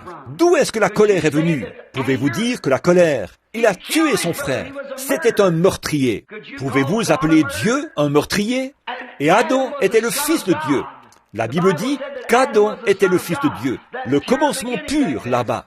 Adam était le fils de Dieu. Et cette jalousie, et cette envie et tout, ça n'a pas pu sortir de cette source pure. Il a fallu que ça vienne d'ailleurs. Et c'est venu de Satan, qui était un meurtrier dès le commencement. La Bible a dit qu'il a été menteur et meurtrier dès le commencement. Et voilà, il a tué son frère. Et c'était là un type de la mort de Christ. Ensuite, à partir de là, naturellement, il a suscité Seth pour le remplacer. La mort, l'ensevelissement et la résurrection de Christ. Et regardez bien, après ça, les voilà, vos géants. Après ça, Caïn est allé dans le pays de Nod. Si son papa, c'était une espèce de grand géant, Caïn, lui, à quoi est-ce qu'il va ressembler? À son papa. Et il est allé dans le pays de Nod. Il a emmené une de ses sœurs avec lui. Il n'a pas pu faire autrement. Les autres femmes, il fallait inévitablement qu'elles viennent toutes d'Ève. On prétend qu'ils ont eu 70 fils et filles. S'il n'y avait pas eu de femmes, la Bible ne rapporte pas les naissances des femmes, seulement celles des hommes. Et s'il n'y avait pas eu d'autres femmes qu'Ève, quand elle est morte, la race humaine aurait cessé d'exister. Il a fallu qu'elle ait des filles, et il a fallu qu'il épouse sa propre sœur. Il est allé dans le pays de Nod, et il a pris son épouse. Et quand il s'est marié avec elle là-bas, c'est de là que sont apparus ces grands géants, qui étaient des fils de Dieu déchus, qui sont venus de leur papa, le diable, de Caïn. Le voilà, votre chaînon manquant. Et regardez bien la semence du serpent. Maintenant, regardez bien. Souvenez-vous, la semence du serpent est religieuse. Regardez-la commencer à agir, là, pendant quelques instants. Voilà qu'elle prend son départ, la semence du serpent. Qu'est-ce qu'ils sont devenus? Je vais vous lire quelque chose, là, que j'ai noté cet après-midi. Qu'est-ce qui est sorti de la lignée d'Abel? Écoutez ceci. Très bien. Abel est venu. Après Abel, il y a eu Seth. Après Seth, il y a eu Noé. Après Noé, il y a eu Sem. Après Sem, il y a eu Abraham. Après Abraham, il y a eu Isaac. Après Isaac, il y a eu Jacob. Après Jacob, il y a eu Judas. Après Judas, il y a eu David. Après David, il y a eu Christ, la perfection. Remarquez, à l'époque, comme l'Esprit de Dieu a vécu en Abel. Regardez comme il a vécu en Seth. Regardez comme il a vécu en Judas. Regardez comme il a vécu en David. Regardez ce même esprit qui appelait à travers la semence du juste, d'un bout à l'autre. Peu importe ce qu'ils ont fait, ils étaient prédestinés. Regardez Jacob, un vilain. Je ne dis pas ça d'une manière sacrilège, mais Jacob, un petit filou, tout le temps accroché au jupon de sa mère. Il se faufilait, un petit efféminé. Il s'est mis des choses sur le dos et il est allé tromper son père pour recevoir la bénédiction. Mais elle lui avait été donnée avant la fondation du monde. Certainement. Il est allé là, il a menti à son beau-père. Il a pris des branches tachetées, des branches de peuplier, et les a mises dans l'eau pour effaroucher les bêtes, alors qu'elles portaient leurs petits, pour qu'elles donnent naissance à des bêtes tachetées, pour qu'ils puissent tricher et obtenir ces bêtes. Dieu l'a béni là-dedans. C'est vrai. Malheur à celui qui dira quoi que ce soit sur Jacob. Vous savez ce que le faux prophète a dit, où il prophétisait la vérité. Balaam, il a dit, quiconque le bénira sera béni, et quiconque le maudira sera maudit. Je t'ai pris, Jacob. Je l'ai trouvé comme dans une contrée étrangère. Et comme l'aigle éveille sa couvée, je l'ai éveillé et je l'ai fait sortir. Alléluia! Ce n'est ni par la force, ni par la puissance, mais c'est par mon esprit, dit l'Éternel. Regardez comme c'est passé de l'un à l'autre, jusqu'à cette perfection. Cet esprit a œuvré jusqu'à la perfection en Christ. Il est passé par chacun des patriarches pour en arriver là. Peu importe ce qu'ils ont fait, ce qu'ils ont dit, ce qu'ils ont fait, ils étaient absolument la semence du juste. Et là, quand Abraham le juste, gloire, oh, je me sens vraiment bien. Quand Abraham le juste a rencontré Melchisédek, qui était Dieu lui-même. Qui était Melchisédek? Le roi de Salem, c'est-à-dire roi de Jérusalem, roi de paix. Il n'avait pas de père, il n'avait pas de mère, il n'a jamais eu ni commencement de jour, ni de fin de vie. Qui qu'il soit, il est toujours vivant. Il n'a jamais eu de naissance, il ne mourra jamais. Il n'a jamais eu ni père, ni mère. Il n'a jamais eu ni commencement de jour, ni fin de vie. Dites-moi qui c'était. Le Dieu éternel, dans ce qu'on appelle le nom m'échappe en ce moment, une théophanie. Voilà ce que c'est. C'est comme pas un mythe, seulement c'est quelque chose qui est manifesté. Comme il est venu à Abraham, dans la tente là-bas, sous forme d'un ange. Il a prophétisé. Il a dit à Sarah qu'elle avait ri derrière lui et tout. La même chose. Et donc, il était là. Il a rencontré Melchisédek. Et l'arrière-grand-père, Abraham, en la semence du juste, a payé la dîme à Melchisédek. Et ça a été compté à son arrière-petit-fils. Plus loin, la semence du juste. Maintenant, voilà la semence du serpent. Maintenant, souvenez-vous, il y aura de l'inimitié, de la guerre entre eux. La semence du serpent arrive. Et qu'est-ce qu'elle produit? Maintenant, prenons les premières années. Maintenant, regardez bien ce qui va se passer là. Nous allons le lire directement parce que je viens de le vérifier. La semence du serpent a produit Caïn. Caïn est allé dans le pays de Nod, ce qui a produit des géants. Et ensuite, ils sont allés dans le pays de Noé. C'étaient des gens intelligents, habiles, instruits, pas vrai? C'étaient des bâtisseurs, des inventeurs, des savants, pas par la semence du juste, mais par la semence de Satan, le serpent. C'étaient des hommes tels que des savants et des bâtisseurs et de grands hommes, des éducateurs. L'Écriture le dit. Ils travaillaient les reins, Ils travaillaient le fer, ils travaillaient les métaux, ils inventaient des choses, ils trempaient différents métaux, et ils bâtissaient des maisons et ainsi de suite. L'Écriture le dit. Et ils se moquaient de la semence de la femme, Noé, le juste, pas vrai? Suivons-les un peu plus loin. Ensuite, on les a jusqu'à l'arche, où tout a été détruit. C'était devenu un tel amoncellement de péchés. Et ils ont pris le pouvoir, et les plus habiles et les intelligents, au point que, quand Dieu a regardé d'en haut, il n'en restait plus beaucoup. Alors, il a simplement fait entrer Noé et sa famille dans l'arche. Il a fait tomber la pluie, et il a tout détruit. Avant, il avait enlevé Enoch, pas vrai? Il y avait là toute la semence, presque toute la semence. Mais son dessein devait encore s'accomplir. Bon, donc Noé et ses fils qui sont sortis, Cam, Sem et Japheth, sont sortis dans la lignée du juste. Comment est-ce que la semence est passée de l'autre côté? La semence est traversée dans l'arche, exactement comme elle l'avait fait au commencement, par la femme, par leurs épouses. Elles ont transporté la semence de Satan dans l'arche, tout comme Ève avait porté la semence de Satan pour donner naissance à Caïn chez la femme. Et vous placez ces femmes comme prédicateurs sur vos estrades, alors que la Bible condamne ça.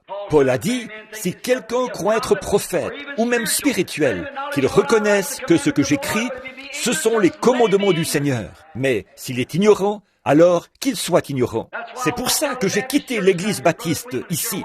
Frère Freeman était ici tout à l'heure. Je pense qu'il était là ce soir-là. Le docteur Davis a dit, vous allez monter ici et ordonner ces femmes comme prédicateurs. J'ai dit, je ne le ferai pas, absolument pas. Il a dit, eh bien alors, je vais vous mettre à la porte. J'ai dit, on m'a déjà mis à la porte d'endroits mieux qu'ici.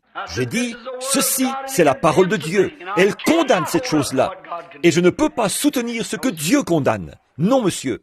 Ceux qui le font montrent par là qu'ils sont de faux docteurs, de faux prophètes. La Bible a dit qu'ils le seraient, qu'ils séduiraient même les élus s'il était possible. Voilà. Maintenant, remarquez ça. Et à partir de là, ensuite, il y a eu Cam. Cam avec son épouse et les autres. Il a été maudit. De Cam est sorti Nimrod, qui a bâti Babylone. De Babylone est sorti l'Église catholique, le commencement de l'Église catholique. Ensuite, c'est passé à Akab. Ensuite, c'est passé d'Akab à Judas Iscariote, l'aboutissement, l'Antichrist. Et dans ces derniers jours, il y a l'esprit de l'Antichrist et l'esprit du Christ. L'esprit de l'Antichrist qui dit « Les jours des miracles sont passés ». L'esprit de Christ qui dit « Il est le même, hier, aujourd'hui et pour toujours ». L'esprit de l'Antichrist dit « Ça ne change rien, qu'on vous ait baptisé dans le Père, Fils, Saint-Esprit, qu'on ait versé de l'eau sur vous, qu'on vous ait aspergé ou quoi encore, ça revient au même ». La Bible dit que Dieu est infaillible et qu'il ne peut pas changer. Qui allez-vous servir? C'est à vous de décider. Bon, vous dites, est-ce qu'ils peuvent demeurer ensemble? Vous avez dit que là, dans l'arche, frère Branham, qu'il y avait là les deux, Cam et Seth. C'est ça, c'est exactement ça. Cam était mauvais, Seth était religieux et juste. Bien, suivons Cam. Bon, là, il y a Cam et Seth dans la même arche. L'un juste, l'autre injuste. Il y avait le corbeau et la colombe dans la même arche. Il y avait Judas et Jésus dans la même église. Il y avait l'Antichrist et le Saint-Esprit dans la même église. Et aujourd'hui, les mêmes esprits sont à l'œuvre, ayant l'apparence de la piété, très religieux, mais ayant l'apparence de la piété et reniant ceux qui ont fait la force. Éloigne-toi de ces gens-là. Alors que le Saint-Esprit déclare que Jésus-Christ est le même hier, aujourd'hui et pour toujours. Quel côté allez-vous choisir? L'Antichrist dit que ceci, ce n'est qu'un livre de credo. Nous allons réciter le credo des apôtres. Je mets n'importe quel prédicateur au défi de me dire où on trouve le credo des apôtres dans la Bible.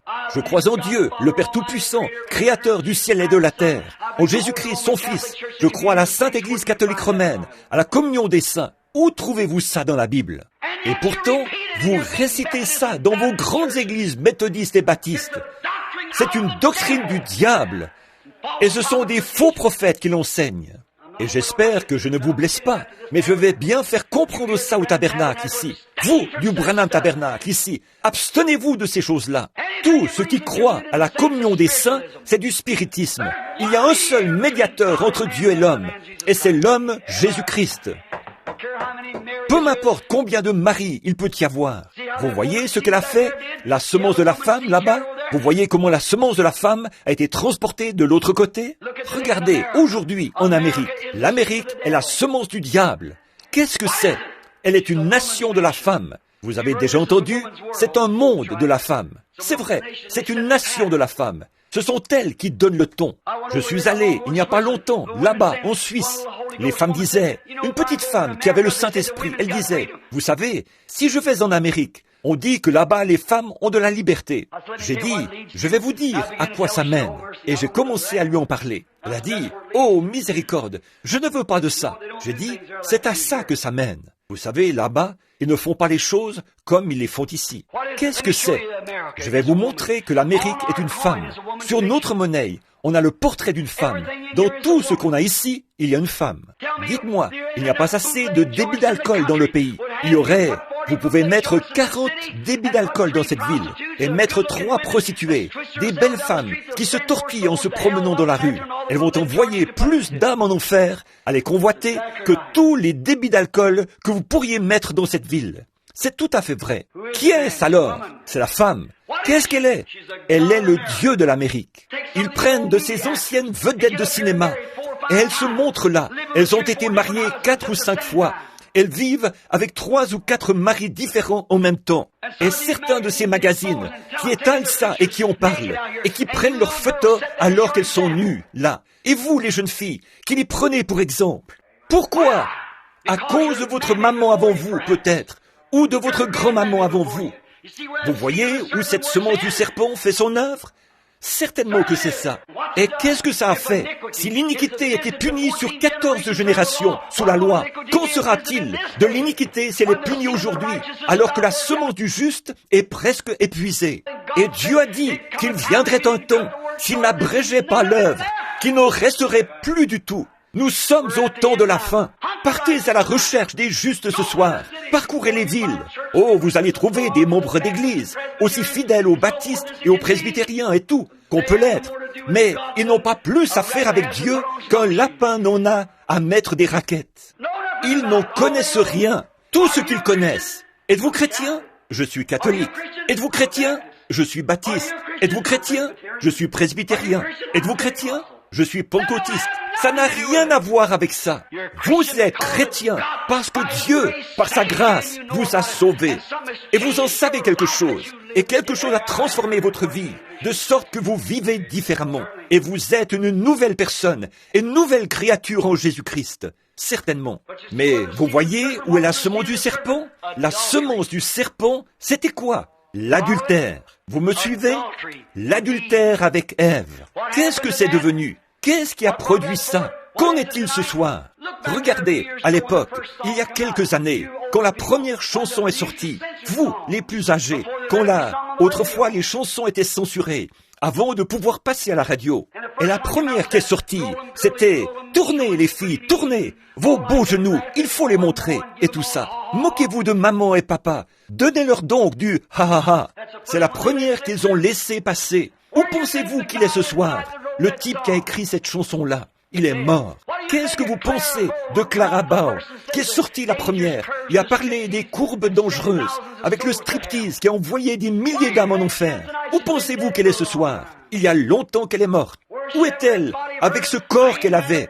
Il est là-bas, rongé, dans la poussière, et il s'est fait manger par les vers et les asticots.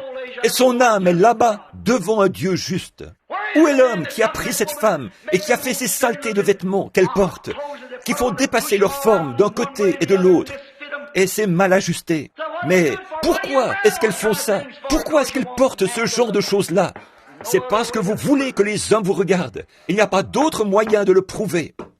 Et savez-vous que quand vous faites ça, et qu'une espèce de pécheur vous regarde, savez-vous ce qui s'est passé là, au tribunal du jugement? Vous dites, frère Branham, je suis aussi fidèle que possible à mon mari. Vous serez reconnu coupable d'avoir commis un adultère. Jésus a dit, quiconque regarde une femme pour la convoiter a déjà commis un adultère avec elle dans son cœur. Quand cet homme aura à répondre d'avoir commis un adultère, qui en aurait été la cause? La façon dont vous vous êtes habillé et dont vous vous êtes montré. Maintenant, je ne veux pas dire que vous devez vous habiller comme une espèce d'antiquité. Seulement, vous pouvez ressembler plus à une dame. Et de sortir comme ça et déshabillé, avec un petit short très court, et avec un petit ruban attaché autour comme ça, et votre bébé avec les yeux comme un cendrier, et vous, la cigarette au bec, vous marchez dans la rue. Vous ne faites pas ça pour un bon motif. Il se peut que vous soyez innocente de l'acte, mais le diable se sert de vous comme d'un outil, exactement comme il l'a fait avec Ève. Pourquoi est-ce une nation de la femme? Parce que ça mène directement à la domination du catholicisme. Qu'est-ce qu'il y a aujourd'hui? Vous ne les entendez jamais mentionner Jésus. Je vous salue Marie, Marie, Mère de Dieu, Sainte Cécile, toutes sortes de saintes mortes. Ici, il n'y a pas longtemps, j'étais au Mexique l'an passé. Voici une pauvre femme qui arrive, en se traînant, ses genoux, tout arrachés, à force de se traîner, tout calleux. Elle pleure, elle se tient les mains. Et le père, qui est là, en train de marcher, avec 2 petits enfants en larmes dans ses bras. La mère qui souffre tellement, parce qu'une certaine femme, qu'ils appellent une sainte, est morte. Ils avaient mis sa statue là-haut sur la colline. Un amoureux l'avait tuée. Et dès qu'elle s'est fait tuer comme ça, bien sûr, elle est devenue sainte. Elle était catholique. Alors, elle allait faire pénitence. Elle devait se traîner sur 2000, sur des pavés ronds pour faire pénitence. Frère, s'il y a une seule chose que je dois faire, alors Jésus-Christ est mort en vain. Par grâce, je suis sauvé, et non par moi-même, mais par la volonté de Dieu et par la bonté de Dieu. Les reporters, là, m'ont demandé, ils ont dit, « Monsieur Branham, le petit bébé mort qui avait été ramené à la vie, et quelques autres choses aussi. 30 000 catholiques, non, je vous demande pardon, c'était 20 000. 30 000, c'était en Afrique. 20 000 catholiques ont reçu Christ comme leur sauveur personnel. En une seule fois, quand ça s'est arrivé, quand j'étais à Mexico. Et les prêtres, là, ils ne pouvaient rien dire. Il y avait trop de monde. Ça aurait déclenché une émeute. Il y en avait trop d'un côté. Donc, il a dit, « Monsieur Branham, croyez-vous que nos saints puissent faire la même chose que vous faites ?» Comme je connaissais leur doctrine, j'ai dit, « Bien sûr, s'ils sont vivants. » Voyez, alors, vous ne pouvez pas être un saint catholique tant que vous n'êtes pas mort, vous savez. Alors, il a dit, « Oh, vous ne pouvez pas être un saint avant de mourir. » J'ai dit, « Où est-ce que vous lisez ça ?» Paul a dit, « Aux saints qui sont à Éphèse. » Il y a ceux qui sont appelés de Dieu. Aux saints qui sont à Éphèse. Il lisait sa lettre, et les saints qui sont à d'autres endroits, en Galatie, et les saints de Rome, et ainsi de suite. Les saints, ceux qui sont sanctifiés. Qu'est-ce que vous dites de ça? Il a dit, bien sûr, là, nous ne devons pas discuter la Bible. En effet, nous sommes l'Église, et c'est ce que l'Église dit. Ce que la Bible dit, ça nous est égal. C'est ce que l'Église a dit. Il a dit, dans ce cas, quelle est votre opinion de l'Église catholique? J'ai dit, j'aurais préféré que vous ne me demandiez pas ça. Puisque vous me l'avez demandé, alors je vais vous dire la vérité. Il a dit, mais je veux que vous me disiez la vérité. J'ai dit, la plus haute forme de spiritisme que je connaisse. Il a dit, comment est-ce que vous en arrivez là? J'ai dit, tout ce qui intercède auprès des morts, c'est un spirit. J'ai dit, si le saint répond, c'est qu'il est en enfer. En effet, de ceux qui ont traversé le sentier, ma Bible dit qu'il ne peut pas revenir. C'est vrai. Et j'ai dit, s'il en est un, s'il était un saint, c'est alors le diable qui parle comme un saint. Et ce n'est pas le saint, après tout. Et il a dit, mais attendez une minute là. Il a dit, vous aussi, vous intercédez auprès des morts. J'ai dit, où? Il a dit, Jésus-Christ est mort. J'ai dit, mais il est ressuscité. Il n'est pas mort, mais il vit pour intercéder, le seul médiateur entre Dieu et l'homme. Je suis celui qui était mort et qui est de nouveau vivant et qui est vivant au siècle des siècles. J'ai les clés de la mort et du séjour des morts. Que celui qui veut vienne et qu'il boive des eaux de la vie gratuitement. Oh là là, voilà notre Dieu, voilà notre Dieu. Et la semence du juste est presque épuisée. Parlez aux gens de ces choses. Parlez aux gens de revenir à la manière de la Bible. Parlez aux gens des miracles. Parlez de ça aux gens. Leur Église n'y croit pas. Alors ce sont des enfants bâtards pour Dieu.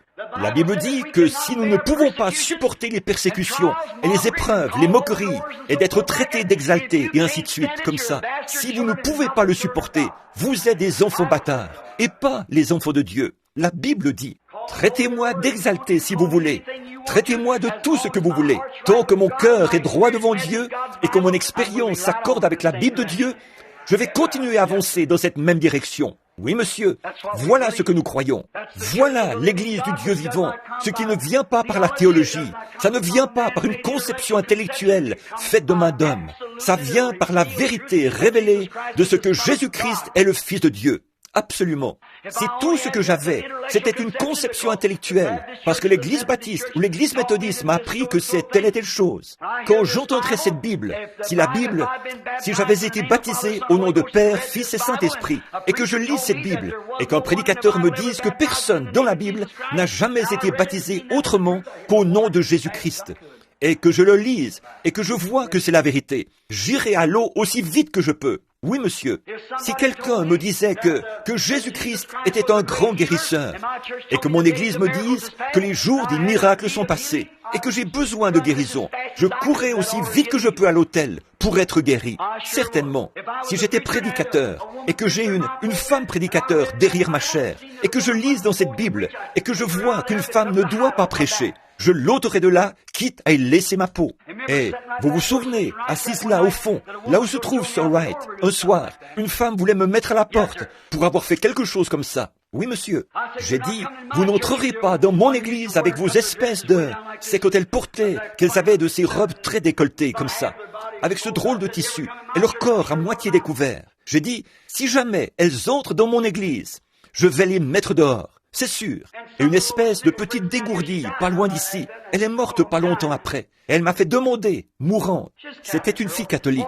Elle s'est avancée là. Et elle s'est assise, arrangée comme ça, là. Je regardais vers le fond et je l'étudiais, pendant que j'étais assis ici et qu'il chantait. J'ai ôté mon veston, je suis allé là, vers le fond, et je l'ai mis autour de ses épaules. J'ai dit, madame, si vous voulez m'écouter prêcher, auriez-vous l'obligeance de porter ce veston pendant que vous êtes dans l'église de Dieu?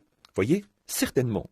Elle est sortie en tapant du pied. Elle a pincé ses petites lèvres. Elle est sortie du bâtiment. Elle a dit, si c'est de la religion qu'il a, je ne laisserai pas ma vache avoir cette sorte de religion-là. J'ai dit, ne vous en faites pas, elle ne l'aura pas. Ensuite, nous avons eu la tante. Ils m'ont fait venir quand elle était mourante.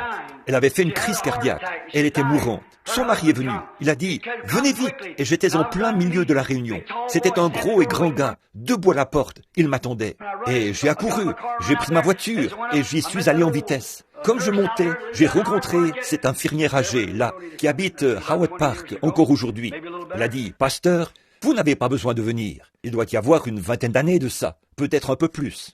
Elle a dit, elle est morte. Elle a dit, il y a déjà à peu près 3 minutes qu'elle est morte. Elle a dit, elle vous a appelé en criant de toutes ses forces. Elle a dit, j'ai un message pour vous. J'ai dit, quoi? Elle a dit, ce prédicateur, de qui j'ai dit ça? Dis-lui, pardonnez-moi, je vous en prie. Je suis allé la regarder, une belle femme, et elle avait tellement souffert. Elle avait des petites taches de rousseur autour du nez, une jolie femme. Et les taches de rousseur, on aurait dit qu'elles ressortaient. Et elle avait les yeux complètement exorbités et à moitié renversés. Évidemment, ses intestins et ses reins avaient travaillé, et l'émanation s'élevait partout sur le lit, comme ça. Et son mari m'a regardé, il a dit, « Frère Branham, faites une prière, parce qu'elle voulait vous voir. » J'ai dit, une prière pour elle, en ce moment, ça ne ferait aucun bien. L'arbre tombe du côté où il penche. Voyez, ne vous y trompez pas, on ne se moque pas de Dieu. Ce qu'un homme aura semé, il le moissonnera. Vous voyez où c'en est? Maintenant, qu'est-ce qui s'est passé? Regardez la femme qui ferait ça.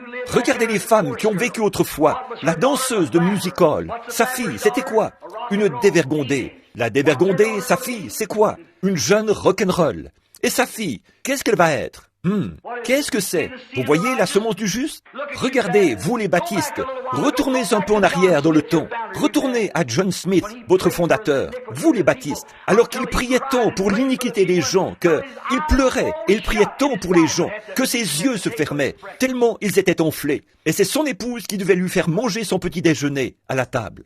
Et vous, les méthodistes, ici, avec des bijoux dans le nez et aux oreilles, et vous avez l'air de plantes gobe-mouches pour le diable, et vous sortez en portant des shorts et ce genre de choses-là, alors que le brave John Smith, l'un des anciens de l'église méthodiste, avant de mourir, à 85 ans, il a prêché une courte prédication de 4 heures en 4 heures. Ils ont dû le porter pour le placer derrière la chaire. Et voici ses derniers mots. Il a dit, comme je suis choqué par la conduite de l'église méthodiste. Il a dit, jusqu'aux filles de l'église méthodiste qui portent des bagues en or au doigt. Qu'est-ce qu'ils diraient maintenant quand elles portent des shorts alors qu'elles chantent dans la chorale? Vous courriez bien. Qu'est-il arrivé? Vous agissez comme votre maman. C'est exactement ça. C'est pour cette raison que nous ne voulons rien de ces dénominations accrochées autour de ceci ou avec une étiquette ici. Nous sommes méthodistes, nous sommes baptistes, nous sommes de Christ, c'est tout. Laissez ça comme ça et soyez libres. Là, vous voyez la semence du serpent? Qu'est-ce que ça coûterait à une femme comme celle-là maintenant? Qu'est-ce que ça ferait? Quoi? Elles ont continué, les unes après les autres. Elles ont repoussé les baptistes, repoussé les méthodistes, repoussé les presbytériens. Qu'est-ce qu'elles ont fait? Elles sont toutes retournées pour faire comme leur maman, la vieille prostituée. Les voilà toutes à faire la même prostitution. Eh bien, ça ne change rien. Ils ont été immergés, ils ont été aspergés. Ils sont venus faire leur confession. Ils se sont soumis à la prohibition pendant 6 mois. Ils n'ont pas bu beaucoup pendant ce temps et tout. Ce sont des bons membres. Ils payent bien. Oh là là, ça n'a rien à voir avec les fruits de l'esprit. Les fruits de l'esprit, c'est la foi. Croire que Jésus-Christ est le même hier, aujourd'hui et pour toujours. L'amour pour les frères, la joie, la paix, la longanimité, la bonté, la bienveillance, la patience, la douceur, la tempérance. Voilà les choses, les fruits de l'esprit. Et prenons un homme. Eh bien, il mène une bonne vie dans le voisinage. Ésaü aussi. Ésaü n'a jamais fait de mal à personne, et Ésaü était du diable. Mais Jacob, qui venait du même sein, il était de Dieu. La semence du diable, la semence de la femme, la semence de Dieu a percé. Là, vous voyez, c'est à ceci que tout ça a abouti. Et qu'est-ce qui reste dans le monde aujourd'hui? Je vais le dire assez durement, bien me faire comprendre. Et après ça, on va commencer le réveil, à la prochaine réunion. C'en est à une forme. Et je vous en prie, je ne dis pas ça d'une manière sacrilège. Je ne le dis pas pour être méchant. C'en est un point où c'est un grand ramassis religieux d'enfants bâtards illégitimes. Voilà mes dernières remarques. C'est exactement à ça qu'on en est arrivé. Vous savez que c'est la vérité. Ça en est arrivé au point qu'on se joint à l'Église, qu'on se fait membre d'Église, et on l'apparence de la piété, reniant ce qui en fait la force, au point que c'est devenu un ramassis d'enfants bâtards religieux. C'est exactement ce que c'est. Qu'est-ce qui reste à venir? Il y a une fusée suspendue là-bas. Plusieurs d'entre elles, des bombes au cobalt et tout le reste. Elles attendent seulement que cette puissance arrive. Et il y aura une destruction par le feu, comme il y en a eu une par l'eau. Et mes amis, quoi que vous fassiez, si vous êtes chrétien et que vous avez Dieu dans votre cœur et que vous savez que vous êtes passé de la mort à la vie, vous devriez être la personne la plus heureuse du monde. Quand le Saint-Esprit en vous, quand la Bible dit « Jésus-Christ est le même hier, aujourd'hui et pour toujours », les dénominations disent « Mais nous croyons que les miracles sont passés ». Le Saint-Esprit dit « Amen ». Jésus-Christ est le même hier, aujourd'hui et pour toujours. Ainsi soit-il. Si la Bible dit « Repentez-vous et que chacun de vous soit baptisé au nom de Jésus-Christ pour la rémission des péchés », vous recevrez le Saint-Esprit. Car la promesse est pour vous et pour vos enfants, pour les nations, tous ceux qui sont au loin, en aussi grand nombre que le Seigneur notre Dieu, en aussi grand nombre que le Seigneur notre Dieu les appellera. Voyez? Pas en aussi grand nombre que les méthodistes les appelleront, que les baptistes les appelleront, mais en aussi grand nombre que le Seigneur notre Dieu les appellera. Ils recevront le Saint-Esprit. Ils seront baptisés au nom de Jésus-Christ. C'est ce que la Bible a dit. Quand ça vous touche, vous dites « Amen ». L'Église disait « Oh, ça ne change rien ». Mais ce Saint-Esprit en vous, il dit « Amen » à sa parole. L'homme ne vivra pas de pain seulement, mais de la parole qui sort de la bouche de Dieu. Voilà. Je veux que vous me montriez un seul passage de l'Écriture où il a déjà été dit que c'est une pomme qui était le début de tout ça. Voyons. Je veux que vous me montriez qu'ils ont mangé des pommes. Je vous ai montré que Caïn, là, il pensait la même chose et que sa semence pense encore la même chose. Mais la révélation spirituelle de Dieu démontre, par la Bible, que c'était la relation sexuelle entre l'homme et la femme, illégalement. C'est de là que vos géants sont venus. C'est de là que votre péché est venu. C'est de là que votre corruption est venue. C'est à ça que c'est dû. Maintenant, remarquez, dans tout ceci, regardez, le serpent était 2 fois plus intelligent. Sa semence a toujours été 2 fois plus intelligent. Et j'aimerais grimper sur cette chair, prendre ce microphone dans ma main, me planter debout sur la chair et dire ceci. Et aujourd'hui, où sont vos grands intellectuels? Votre pasteur qui est allé chercher beaucoup de connaissances intellectuelles, et il est là debout. C'est le pasteur des plus grandes églises du pays et tout ça. Où se trouve la semence du serpent? Dans les hauts lieux de l'élégance et de l'intelligence. Comme ça. Les érudits intelligents, astucieux, voilà où il est. Voilà où il se trouve. Ce n'est ni par la force, ni par la puissance, mais c'est par mon esprit, dit l'Éternel. Voyez? C'est là que vous... Et puis, prenez un brave frère qui se tient là, au coin, en pleurant à chaudes larmes. Et peut-être qu'il est là en train de gratter une vieille guitare, en disant, « Frère, viens trouver le Seigneur. » Le pasteur passe par là. Il dit, « Ah, je ne permettrai pas à mon assemblée. Oh, je ne fréquenterai pas. Je ne voudrais pas que Lydie et Johnny et les autres me voient à un endroit comme celui-ci. Allez-y, semence du diable. Vous êtes en route vers votre destination éternelle de toute façon. » C'est vrai. J'aurais pu dire un autre mot là et dire « enfant bâtard ». Et c'est à peu près ça. Car vous voyez, nul ne peut venir à moi si mon Père ne l'attire. Et tous ceux qui viendront à moi, je les ressusciterai au dernier jour. Rien ne se perdra. Je le garderai. Nul ne peut y arriver sans ça. Tout repose en lui. Vous ne pouvez pas dire, j'ai fait une chose. C'est la grâce de Dieu qui a tout fait. Alors, ce n'est rien que j'ai fait. Je n'ai pas eu la moindre chose à faire.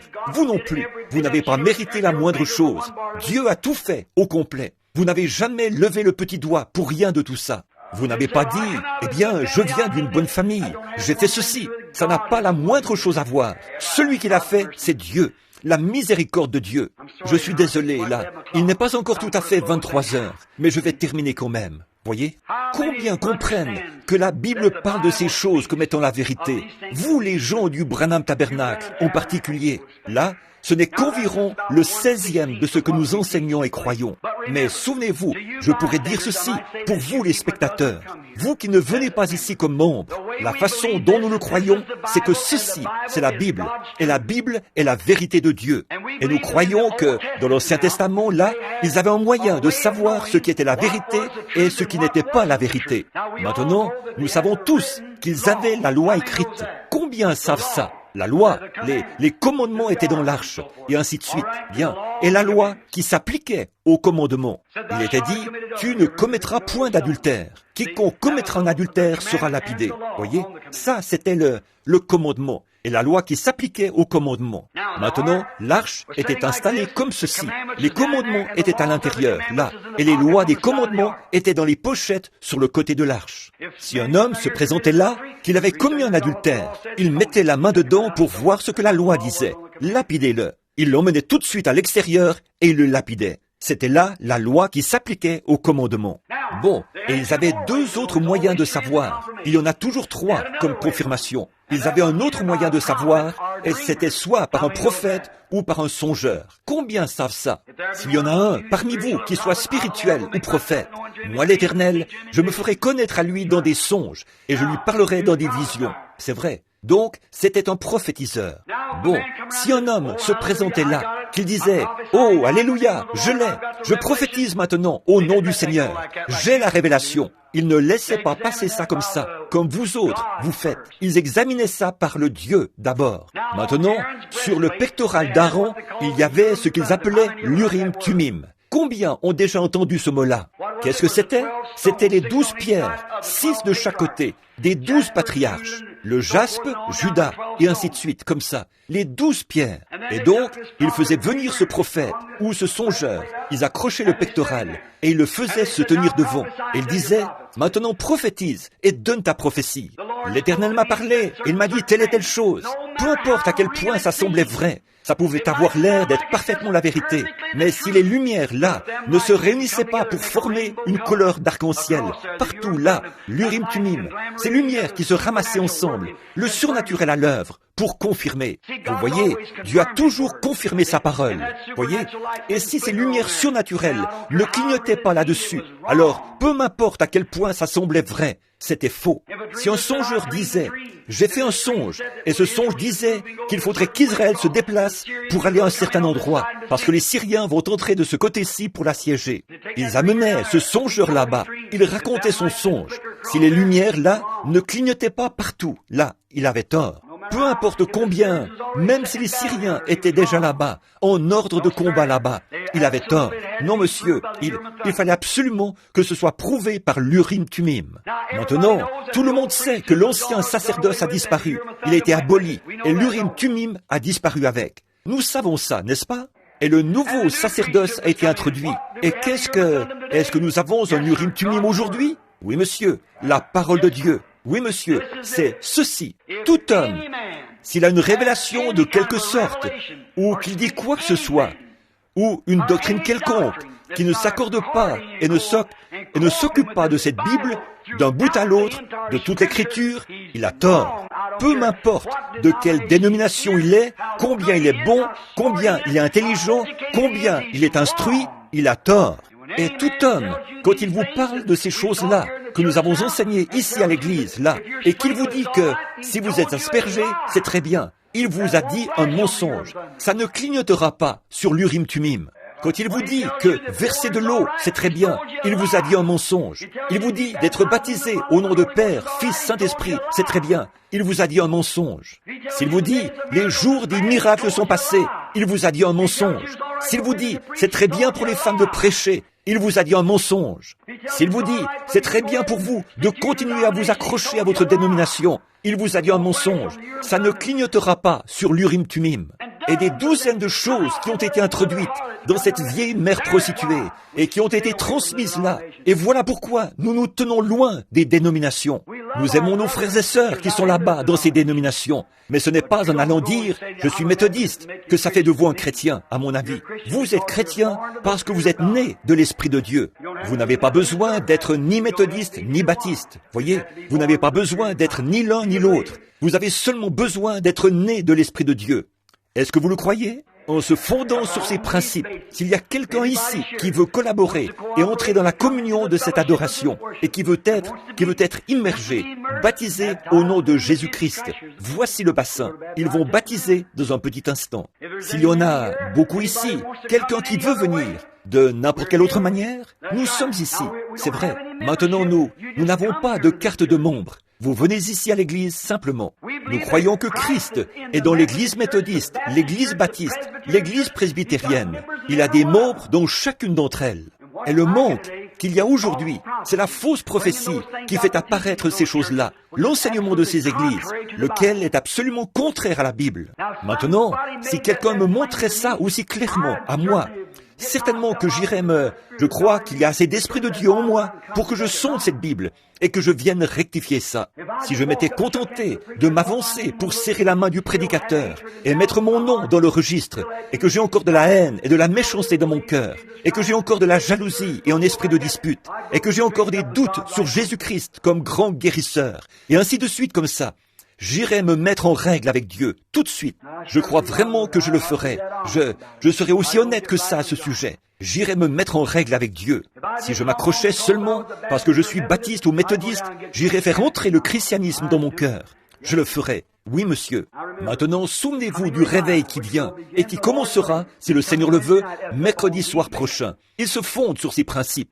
Écoutez, mes amis, il y a un Dieu vivant et vrai. C'est juste. Jésus-Christ est le Fils de Dieu. Le Saint-Esprit est dans l'Église aujourd'hui. Là, si c'était seulement quelqu'un qui m'avait dit ça, j'aurais le droit d'en douter. Mais écoutez, un jour là-bas, quand j'étais un petit garçon, j'étais debout sous un arbre et je l'ai vu, je l'ai entendu. Il a dit, ne t'approche pas de ces femmes perfides, ne t'approche pas de la cigarette, abstiens-toi de blasphémer, de boire et de toutes ces choses. J'ai une œuvre pour toi quand tu seras plus vieux. Je sais qu'il est un Dieu vivant, vrai, qui s'occupe de sa parole. Quand j'ai été un peu plus vieux, comme il est venu vers moi, comme il m'a parlé, comme je l'ai vu là-bas, semblable au buisson ardent, dans ce feu qui tournoyait là-bas, comme je l'ai vu parler et annoncer très exactement ce qui allait arriver. Et chaque fois, ça se produit parfaitement, aussi parfaitement que possible, comme ça. Le même qui dit ces choses parfaites, comme ça, c'est le même qui m'inspire à enseigner cette Bible exactement de la façon dont je l'enseigne. C'est vrai. Alors, cela vient de Dieu. Pour moi, c'est le Dieu Tout-Puissant. Il est le même hier, aujourd'hui et pour toujours. Jésus a dit, je viens du Père et je vais au Père. Quand il était venu, quand il était Dieu dans le désert, il était une lumière qui brûlait. Et combien savent ça? Il était une lumière qui brûlait, une colonne de feu. Et il est venu ici sur terre. Et il a dit, je viens du Père et je viens de Dieu et je retourne à Dieu. Quand il est mort, qu'il est enseveli, qu'il est ressuscité, et que Paul, sur le chemin de Damas, l'a rencontré à nouveau, qu'est-ce qu'il était? Toujours une colonne de feu. Oui, monsieur. Qu'est-ce qu'il a fait quand il était ici sur terre? Qu'est-ce qu'il a fait quand il a rencontré Paul? Comment l'a-t-il envoyé? Il l'a envoyé vers un prophète qui lui a dit comment être baptisé, qui lui a dit quoi faire. Il lui a imposé les mains et l'a guéri. Il lui a dit qu'il avait eu une vision. Ce même Jésus est ici aujourd'hui, en train de faire les mêmes choses, et toujours la même colonne de feu, qui enseigne la même chose, et qui le confirme par sa parole, et par des signes et des prodiges. Je suis si content d'être chrétien. Je ne sais pas quoi faire. Je suis content que vous soyez chrétien. Et vous, le tabernacle ici, je vous l'ai dit, nous allons changer ce nom-là. Ce n'est pas bien que ce soit le Branham Tabernacle. Ça, ce n'est qu'un homme, vous voyez. Nous allons changer son nom, lui donner un autre nom. Nous allons nous occuper de ça dans quelque temps. Je veux que ce soit seulement une église du Dieu vivant. Je ne la veux pas méthodiste, baptiste, presbytérienne, pentecôtiste. Tous ces gens-là, je les aime de tout mon cœur. Je ne sais pas qui est quoi. Je ne peux pas vous le dire. Je dois seulement prêcher la parole. Je jette le filet et je le ramène. Il y a des grenouilles, il y a des araignées d'eau, il y a des serpents et il y a des poissons aussi. C'est à Dieu de décider de ça. Je ramène seulement le filet. Je prêche seulement la parole et je le ramène en disant, les voilà Seigneur, tout autour de l'autel. Tu connais les tiens. Tu les connais depuis la fondation. Je ne sais pas qui est quoi. Toi, oui. Alors, c'est ton affaire, Seigneur. C'est le mieux que je peux faire. Je vais aller par ici et pêcher à la Seine ailleurs à présent. Et on fait rentrer un autre groupe. C'est tout ce que je peux faire. Bien. Oh, je suis en route vers ma maison. Je suis en route vers ma maison. Elle est belle, elle est pleine de lumière. Et je suis en route vers ma maison. Maintenant, souvenez-vous, tous ceux qui veulent un rendez-vous, vous n'avez qu'à appeler Monsieur Mercier ici, ou bien le Butler 21519. Nous nous ferons un plaisir de vous voir. Si vous avez des bien-aimés qui arrivent et doivent repartir en vitesse pendant que le réveil se déroule, maintenant, à partir de ce soir, je vais partir pour être seul, et je serai absent pour 2 jours, là, tout seul. J'entre simplement là et je me mets à étudier, comme ça. Seigneur, tu es près de moi. Je sais que tu es ici. Ta parole a dit que tu t'approcherais de ceux qui s'approchent de toi. Je continue à prier et à veiller jusqu'à ce que je vois cette colonne de feu se mettre à bouger. Alors je sais que c'est prêt. Ensuite, je m'avance sur l'estrade pour le service de guérison, pour prier et pour faire ce que je peux pour aider ceux qui sont malades et affligés. Nous apprécions vraiment toutes vos bontés et quand vous viendrez, venez avec foi et nous nous attendons à avoir une réunion glorieuse. Je veux dire que frère Jeffries, est-ce qu'il est ici ce soir? Nous voulons témoigner de la reconnaissance pour frère Jeffries et son travail. Je pense qu'il a dû retourner dans les îles et tout. Content de voir frère et sœur Wright et beaucoup d'entre vous ici. Et j'ai vu l'avocat Robertson ici tout à l'heure. Il est entré tout à l'heure. Je voulais le féliciter de son message de l'autre jour. Personne n'avait mentionné qui c'était. J'ai eu honte. Il a apporté un très bon message sur la prophétie. Quelque chose comme ce que j'ai prêché ce soir. Et puis, il y avait aussi un autre prédicateur ici ce matin, ou hier soir, frère Smith de l'église méthodiste, ou de l'église de Dieu, pas loin d'ici. Je ne sais pas s'il est ici ou pas ce soir. Si jamais vous vous tenez derrière cette chaire et que vous regardez vers le fond comme ça, c'est difficile de distinguer. C'est plat, vous voyez. Alors, on ne distingue pas. Si vous êtes ici, frère Smith, nous vous apprécions. Et assis juste ici, est-ce que ce n'est pas ce brave frère de la Géorgie, assis ici derrière, près de frère Collins? Content de vous voir encore ici ce soir, frère. Et tous les autres, vous tous, vous savez chacun qui vous êtes. Je crois qu'ici, c'est la sœur et le frère, là, qui sont allés prier pour la jeune fille, cette fois-là, juste ici, un médecin assis de ce côté-ci. Que le Seigneur vous bénisse, docteur. Maintenant, je vous en prie, ne vous offensez pas à cause de moi, vous les prédicateurs et les frères, à cause de la manière directe que j'ai de faire pénétrer ça de toutes mes forces. Ici, c'est notre tabernacle, c'est ça notre position, et nous voulons l'appuyer sur la parole, et que ça les secoue. Comme ça, si jamais vous déviez, nous reviendrons vous dire, vous le saviez pourtant, c'est ici sur la bande. Voyez, voilà. C'est ici sur bande. Nous en avons encore beaucoup plus qu'on devrait mettre là-dessus, Léo. Mais vous avez déjà ça. Restez-y fidèles, et nous verrons le reste un peu plus tard. C'est comme cet homme-là, qui mangeait du melon d'eau. Il disait, c'était vraiment bon, mais il y en a encore. Alors, nous en avons encore bien plus qui reste à venir. Que le Seigneur vous bénisse, beaucoup, là, alors que nous allons avoir notre service de baptême tout de suite. C'est bien ça, Frère Neville? Est-ce qu'il y a quelqu'un ici qui va se faire baptiser tout de suite? Qui vous êtes? Ça nous est égal. Nous sommes ici pour baptiser. Ceux qui devaient se faire baptiser, levez la main. Quelqu'un, je crois que c'était voici une dame ici. Et est-ce qu'il y avait quelqu'un d'autre? Maintenant, nous avons des vêtements ici pour les deux, les hommes et les femmes. Nous ne disons pas, là, quittez l'église baptiste, quittez l'église méthodiste. Nous ne disons pas ça. Allez-y, retournez à votre église. Mais si vous n'avez pas été baptisé conformément à l'Écriture, au nom du Seigneur Jésus, pas au nom de Jésus seulement, là, au nom du Seigneur Jésus-Christ, c'est ça l'Écriture. Votre baptême est faux. Je ne veux pas d'ennui quand j'arriverai au fleuve. Je veux faire tout ce que je peux pour que la voie soit libre, quand j'aurai mon billet à la main, vous voyez, parce que je veux monter à bord en cette heure-là. Je vous conseille de faire la même chose. Retournez à votre église. Ça vous regarde. C'est entre vous et Dieu. C'est tout ce que je peux vous dire. Mais personne dans l'Écriture n'a jamais été baptisé d'aucune autre manière qu'au nom du Seigneur Jésus-Christ. Et ceux qui avaient été baptisés, il leur a été ordonné par Saint Paul, qui a dit que même si un ange prêchait quoi que ce soit d'autre, qu'il soit anathème, il leur a ordonné de venir se faire rebaptiser de nouveau au nom du Seigneur Jésus-Christ. C'est vrai. Et il l'a fait. Et ce qu'il a fait, il nous a donné la commission de le faire. Et c'est ce que nous ferons, Dieu voulant. Nous croyons au lavage des pieds. Nous croyons à la communion. Nous croyons à la seconde venue de Christ. Les visibles, le corps physique du Seigneur. Pas esprit, mais le corps physique du Seigneur Jésus qui revient en gloire.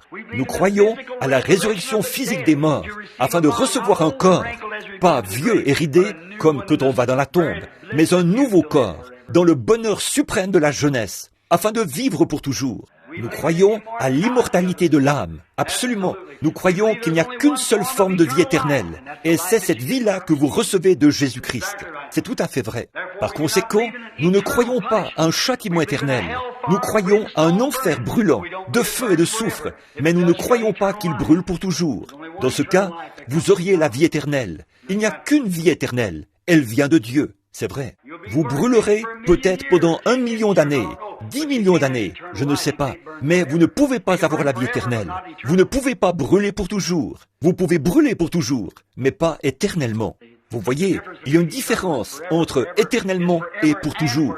Pour toujours, c'est pendant des siècles et des siècles, une conjonction, qui veut dire une période de temps. Mais éternel, vous n'avez pas un châtiment éternel. Vous avez la vie éternelle, parce qu'il n'y a qu'une forme de vie éternelle. Et celui qui a la vie éternelle, il vit et il est béni par Dieu pour toujours. Mais l'âme qui pêche, c'est l'âme qui... Quoi? C'est ça. Donc, elle n'a pas la vie éternelle. Certainement, elle a son châtiment, mais pas la vie éternelle. Alors, vous voyez, il reste encore beaucoup de choses à enseigner, que nous verrons plus tard. Que le Seigneur vous bénisse. Maintenant, chantons ce bon vieux chant, pendant que notre sœur va aller là. Je crois que cette dame-là doit... Rosella, est-ce que c'est ta mère? Eh bien, c'est merveilleux, ça. Content de vous voir faire ça, sœur. C'est très bien. Rosella Griffin, une de nos plus charmantes jeunes amies. C'est une jeune femme qui était alcoolique. Il se peut que certains d'entre vous ici ne la connaissent pas. Rosella, ça ne la dérange pas que je dise ça. Quand elle est venue sur l'estrade, là-bas, ou ici, en Indiana, si vous avez déjà vu une loque, c'en était bien une alcoolique à l'œil vitreux. Alors que 4 médecins renommés de Chicago avaient dit les alcooliques anonymes et tout le reste, l'avaient abandonnée. Mais un soir, elle est venue à la réunion. Le Saint-Esprit a démêlé les chevaux de sa vie et il lui a dit, sans détour, c'était réglé. Regardez-la maintenant. Elle doit avoir 30 ans et quelques. On lui en donnerait 18. Une belle jeune femme, charmante. Elle n'a plus jamais goûté au whisky depuis. Plus aucun désir de ça. Elle vit pour Christ. Elle parcourt les rues, partout, témoignant pour la gloire de Dieu, aux pécheurs et aux alcooliques, dans tous les quartiers malfamés et tout le reste, d'un bout à l'autre de Chicago. Elle fait quelque chose pour le Seigneur. Elle a été baptisée au nom du Seigneur Jésus. Et ce soir, sa mère vient faire la même chose. Si un Dieu a pu la guérir, si Jésus a pu la guérir, quoi que vous fassiez, en parole ou en œuvre, faites tout au nom de... C'est ce que la Bible dit, c'est vrai. Très bien. Maintenant, nous allons avoir le service de baptême. Nous allons éteindre les lumières pour quelques minutes pendant que nous nous préparons pour le service, pour le baptême. Et après, nous nous attendons à passer un moment merveilleux dans le Seigneur. Est-ce que vous allez vous occuper du service de baptême ce soir? Très bien. Vous faites mieux de vous préparer. Et je vais commencer, je vais conduire les chants et tout, pendant que nous nous occupons de ça. Alors, pendant qu'il se... Des vêtements de baptême, Doc, tout de suite. Très bien. Chantons donc un de ces bons vieux. Et avant de faire ça, en repartant, nous devons faire quoi? Nous revêtir du nom de Jésus. À ses pieds, nous prosterner. Roi des rois au ciel, nous le couronnerons. Notre voyage terminé. Très bien. Levons-nous. Revêt-toi du nom de Jésus. Ô toi, enfant de tristesse, il va te procurer la joie. Je vais vous dire ce qu'on va faire. Retournez-vous et serrez la main à quelqu'un, là, et dites « Bonjour frère, je suis vraiment content d'être à la réunion avec vous. » Précieux nom, nom si doux, espoir de la terre, joie du ciel, précieux nom, nom